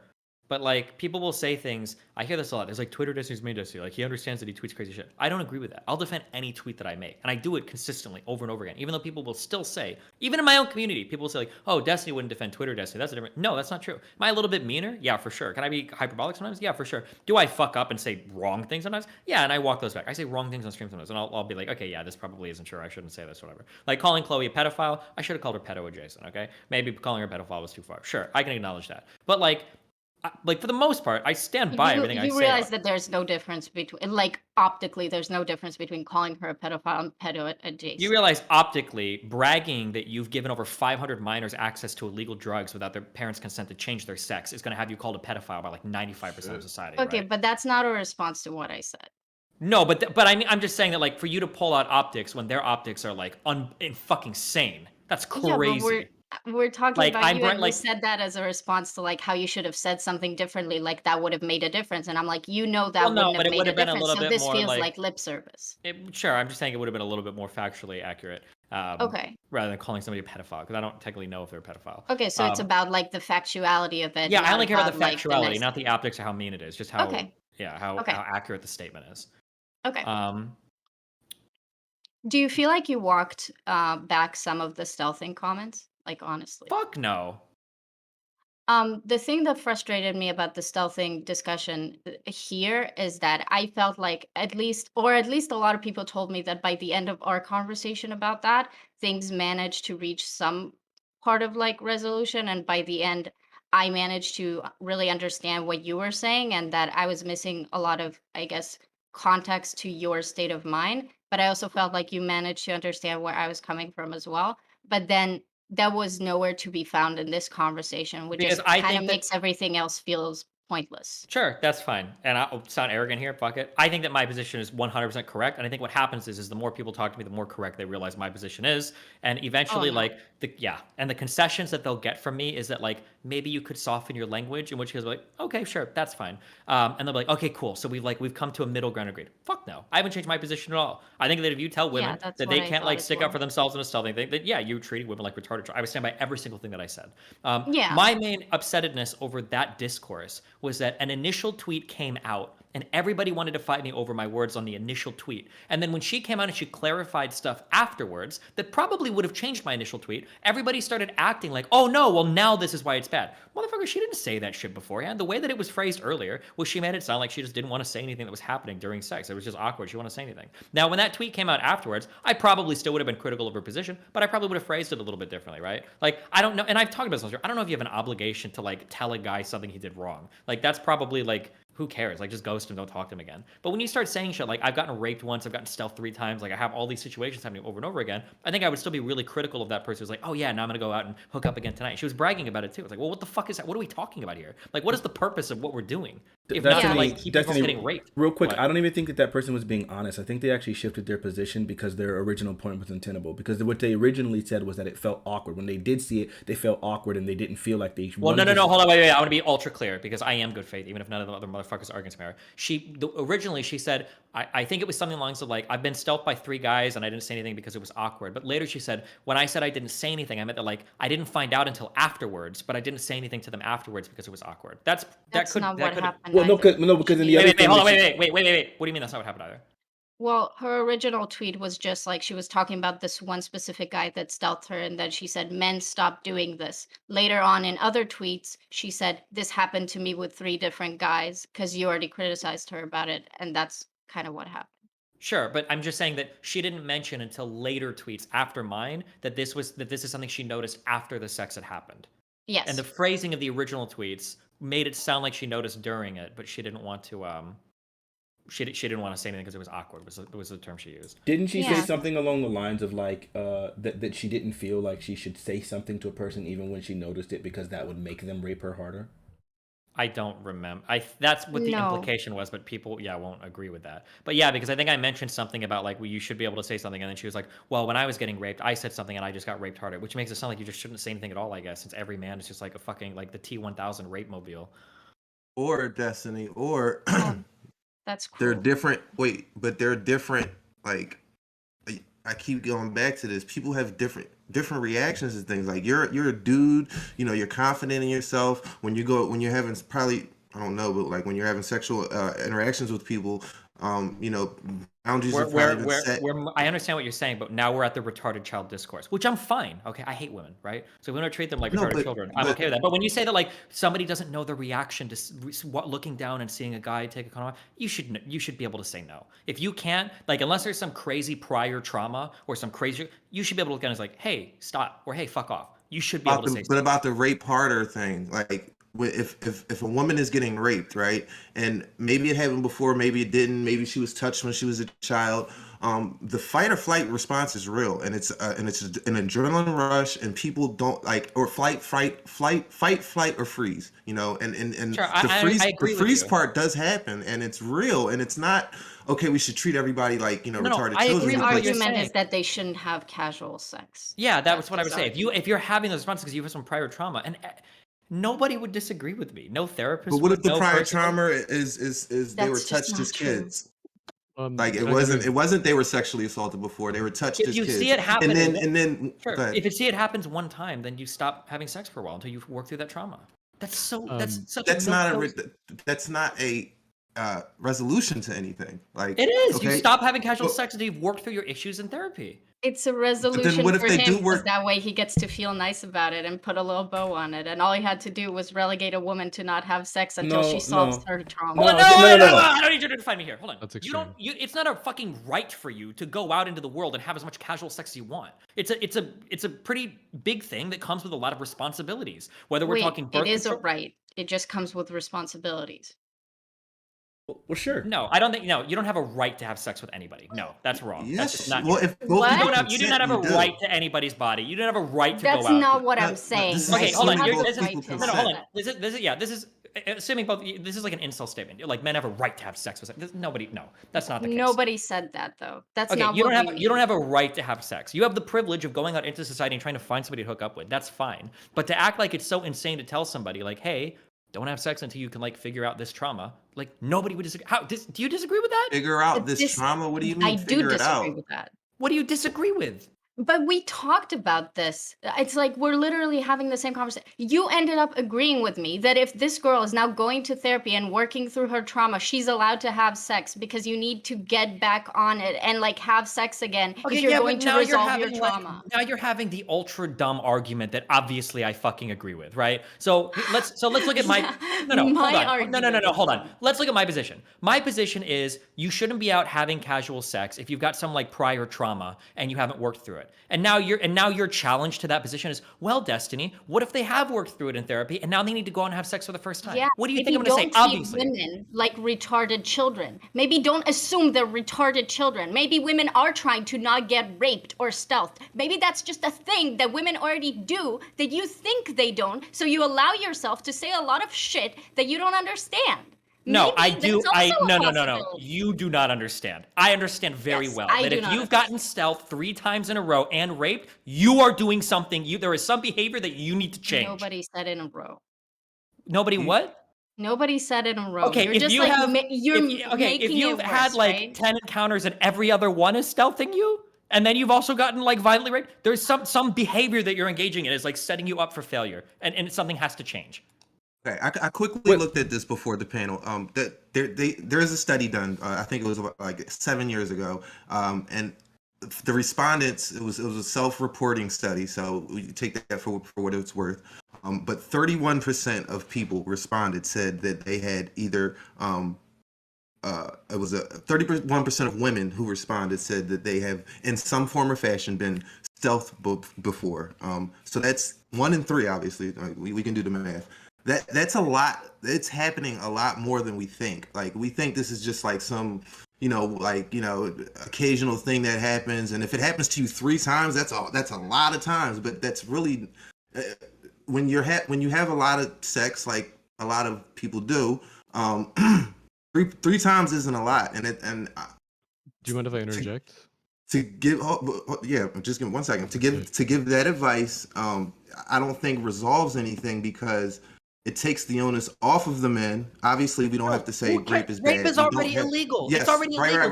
Right. We don't have to say that rape is bad. We don't have to say that, but it is still taking the onus off of the man. It's just like if I use this example with Fanatiq. That's just like if 2 people agree to get into a car and go. Well, I didn't use this example, but here's one. If I agree to get in my friend's car and he decides to rob a bank or something while I was in the car, yes, I consented to getting in the car, but I didn't consent to the bank robbery. Should I be held? Should the onus have been on me to? If your friend tells you that he got into 3 different cars and he was involved in 3 different bank robberies, but he didn't know any of the time, what would you tell to that friend? That's not Time to start taking Uber. That's not the same, though. I see what you're saying, Destiny. If it was the same person, but this girl was saying it was 3 different people, right? Yeah, let's say you got into 3 different cars, and 3 different cars were involved in bank robberies. What would you tell your friend? Like, something is happening here that needs to change. No. That's not what he's saying. You're misunderstanding his analogy. Like, I'm saying, Destiny, what you're trying to say is like, if you keep giving your car to your friends and they keep robbing banks with your car, then obviously you're doing something wrong. No, that's what you're trying to say. Hold on. I think a really simple point. A really simple point is it's a really simple point is like this. When someone has trauma from a situation, say for example they've been abused in a bad relationship or they have whatever, we easily issue out like the idea of then maybe you need to deal with your trauma before you bring that baggage into a new relationship, right? Like we all the time put the onus on the person to work through things and rather than poison other situations. And now obviously a relationship is something when someone's dealing with trauma from that is something that happened to them. But in the same sense, it's like until you work through this problem, because this is a potential area of issue, then you should probably avoid engaging until you've worked through it. That was the point. But what does working through that means exactly? Because Katie already get through this by saying that somebody's going to therapy. Isn't this also engaging in the exact behavior that we're kind of advising that somebody gets assistance to get help? the Yeah, that's behavior? fine. Yeah, that's okay. That would obviously. Are they allowed to have sex now? Well, once they've mean, worked If you're, through it if to you're the point that taking it's steps whatever. to like Wait, ameliorate the you problem, don't then yeah, of just work. course. for somebody that just accused him of making it worse, you just tried to like phrase it in like that question in a way to like make it seem worse. Like, are they allowed to have sex now? Like that's I mean, for what you just accused him of, that's pretty. If the That's kind of sus. prescription is they shouldn't have sex until they work out the issue, but people don't understand that working out the issue can take potentially years or might never be fully resolved, then that's a very cruel thing to say to someone. No, And it's you not. No, you don't have to engage in casual sexual relationships. wait, You you're can just doing the rape doesn't- casual rape sex doesn't thing always again, happen and in we did casual that sex. before, right? The casual the- thing is fucking bullshit. The- We the talked chan- about the- this. If Most rape doesn't okay, happen during casual okay, fine. sex. If you're picking partners that are stealthing you, like you have, then there are so many problems to like work through at this point. I But don't now know. we're that's- hopping that's- between we're like a stealthing fundamentally and different. We're at a Stealthing is fundamentally very different. stealthing is very prevalent. It is not a matter of you're picking the wrong partners. It is a matter of is. If you're dating somebody that stealths you, then you instantly dump that person. You're done. Like, and if Right. you're running into this over and over Didn't again, stop there's a you from being huge. stealthed. Sure, it doesn't. But also, you should still be able to say something as it's happening. We're picking like the most insane like edge cases. Like my husband Yeah. that I've been married to for 10 years started stealthing me. Destiny, is it my fault? Well, Nobody obviously ever not. But that's said that. No, he was just giving an analogy. He was just saying it was. Yeah, that's that what was it feels like. bad, but it's fine. okay. I get Yeah. that's what it feels like, but that's not what I'm saying, right? So you can't is your infer so from hold on. 31%. So on your thing, you're basically saying that like anybody should be able to have as much casual sex as they want. Who cares what's happened in the past? No, that's not what I'm saying. Do you Okay, really what are think you that's saying? what I'm saying? We've talked about this Yeah. for hours. Okay, hold on. I have to leave for dinner that I already should have left with. I'll give you the last word. Tell me what it is you're saying. What is your prescription? What's different? What are you saying fundamentally different from me? I'm saying that when you're saying work out your trauma, I'm like, first of all, I'm assuming that women don't do stuff that cause them to be raped or stealth. I'm assuming women are already doing what they can to protect themselves. Why would you Because- assume that? That's not true though. Why would I assume that? Because it's pretty infantilizing to assume otherwise. If they're capable, competent adults, they're probably doing that the same way that other competent adults are trying not to get mugged or murdered. But that's or not. Hold on, wait. hurt. Would you consider Lumi like a capable, competent adult? I don't know who that is. Okay, Lumi is a non-binary person that talks about like fucking sex issues and LGBT stuff or whatever on this platform. I consider this person to be like a pretty competent, capable adult. I listen to this person make like 10 fatal fucking errors in meeting another guy for casual sex. I have a like, position on accepted it. I drugs just don't from want to him, give it while Destiny rode is in his talking car because he while has doing to it, go. watched him not smoke wanna the let him same get his joint last that words in. they did. Like yeah, what so she's many saying doesn't make fundamental any mistakes. sense. I don't think this person is an infant, but that statement that like, oh, women already do everything they can to keep themselves safe. That's absolutely not true. Yeah. I'm saying if you don't mind generally, me and assuming interjecting. that they're not is a problem. Also, I wasn't done, but Bryce, sure. Well, Okay. Destiny has to go. I wanted to let them finish their back and forth before he has to leave. Fuck, Whatever, okay, yeah, we'll I'm sorry. Hold follow on. Yeah. Also, I need it because I cut off Katie like 30 times. Katie, give me your last word, and then I can come back. We can have this conversation tomorrow or whatever. Just these always happen at the end of the fucking night. Yeah, I mean, we can have it again. Late dinner, I just, bro. like, Late dinner. We already did, and then we agreed on. Well, we didn't actually agree. That's the point. It's kind of like you don't actually you fundamentally disagree with me. So it's like, yeah. So I think people generally are already trying to advocate for themselves and push their own interests. So I think women are generally trying not to get raped.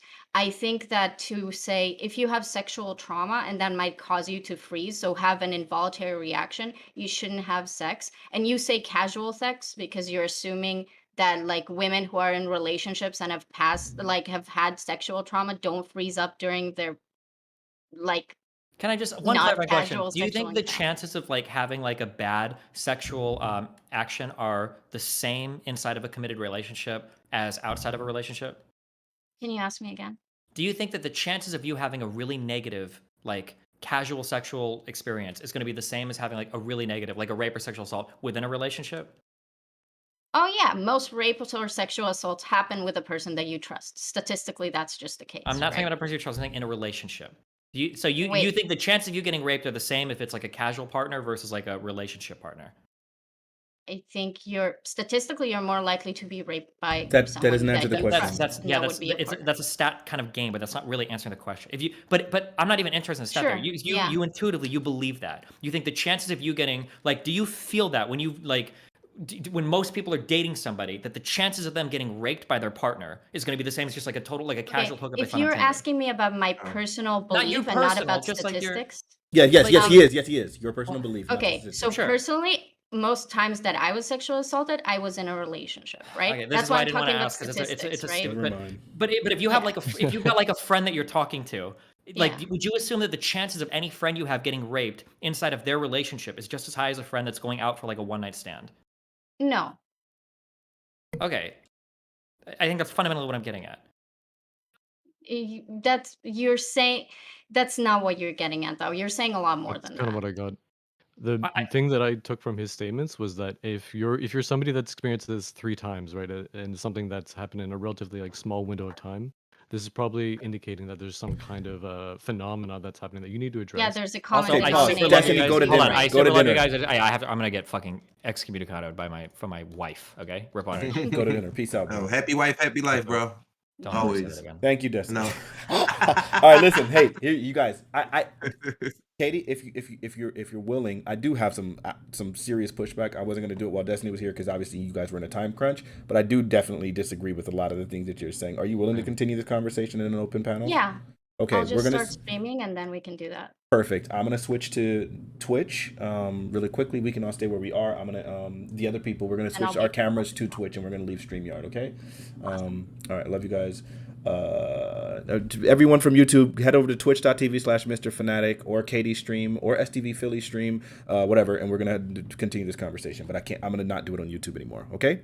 Twitch.tv/Mr. Fanatiq, MrFanatiq, and I think yours is Dat Katie Doe, the way it's spelled on your thing. Exactly. Or you can go there to hers, and STV Philly's YouTube channel is I think the same as his name, or there might be periods in between. I'm not streaming right now. Okay, well then just Dat Katie Doe, go to there or Mr. Twitch. What should I do? What should I do? You stay right where you are. Just get out of the Don't do anything. Yeah, you just stay where you are.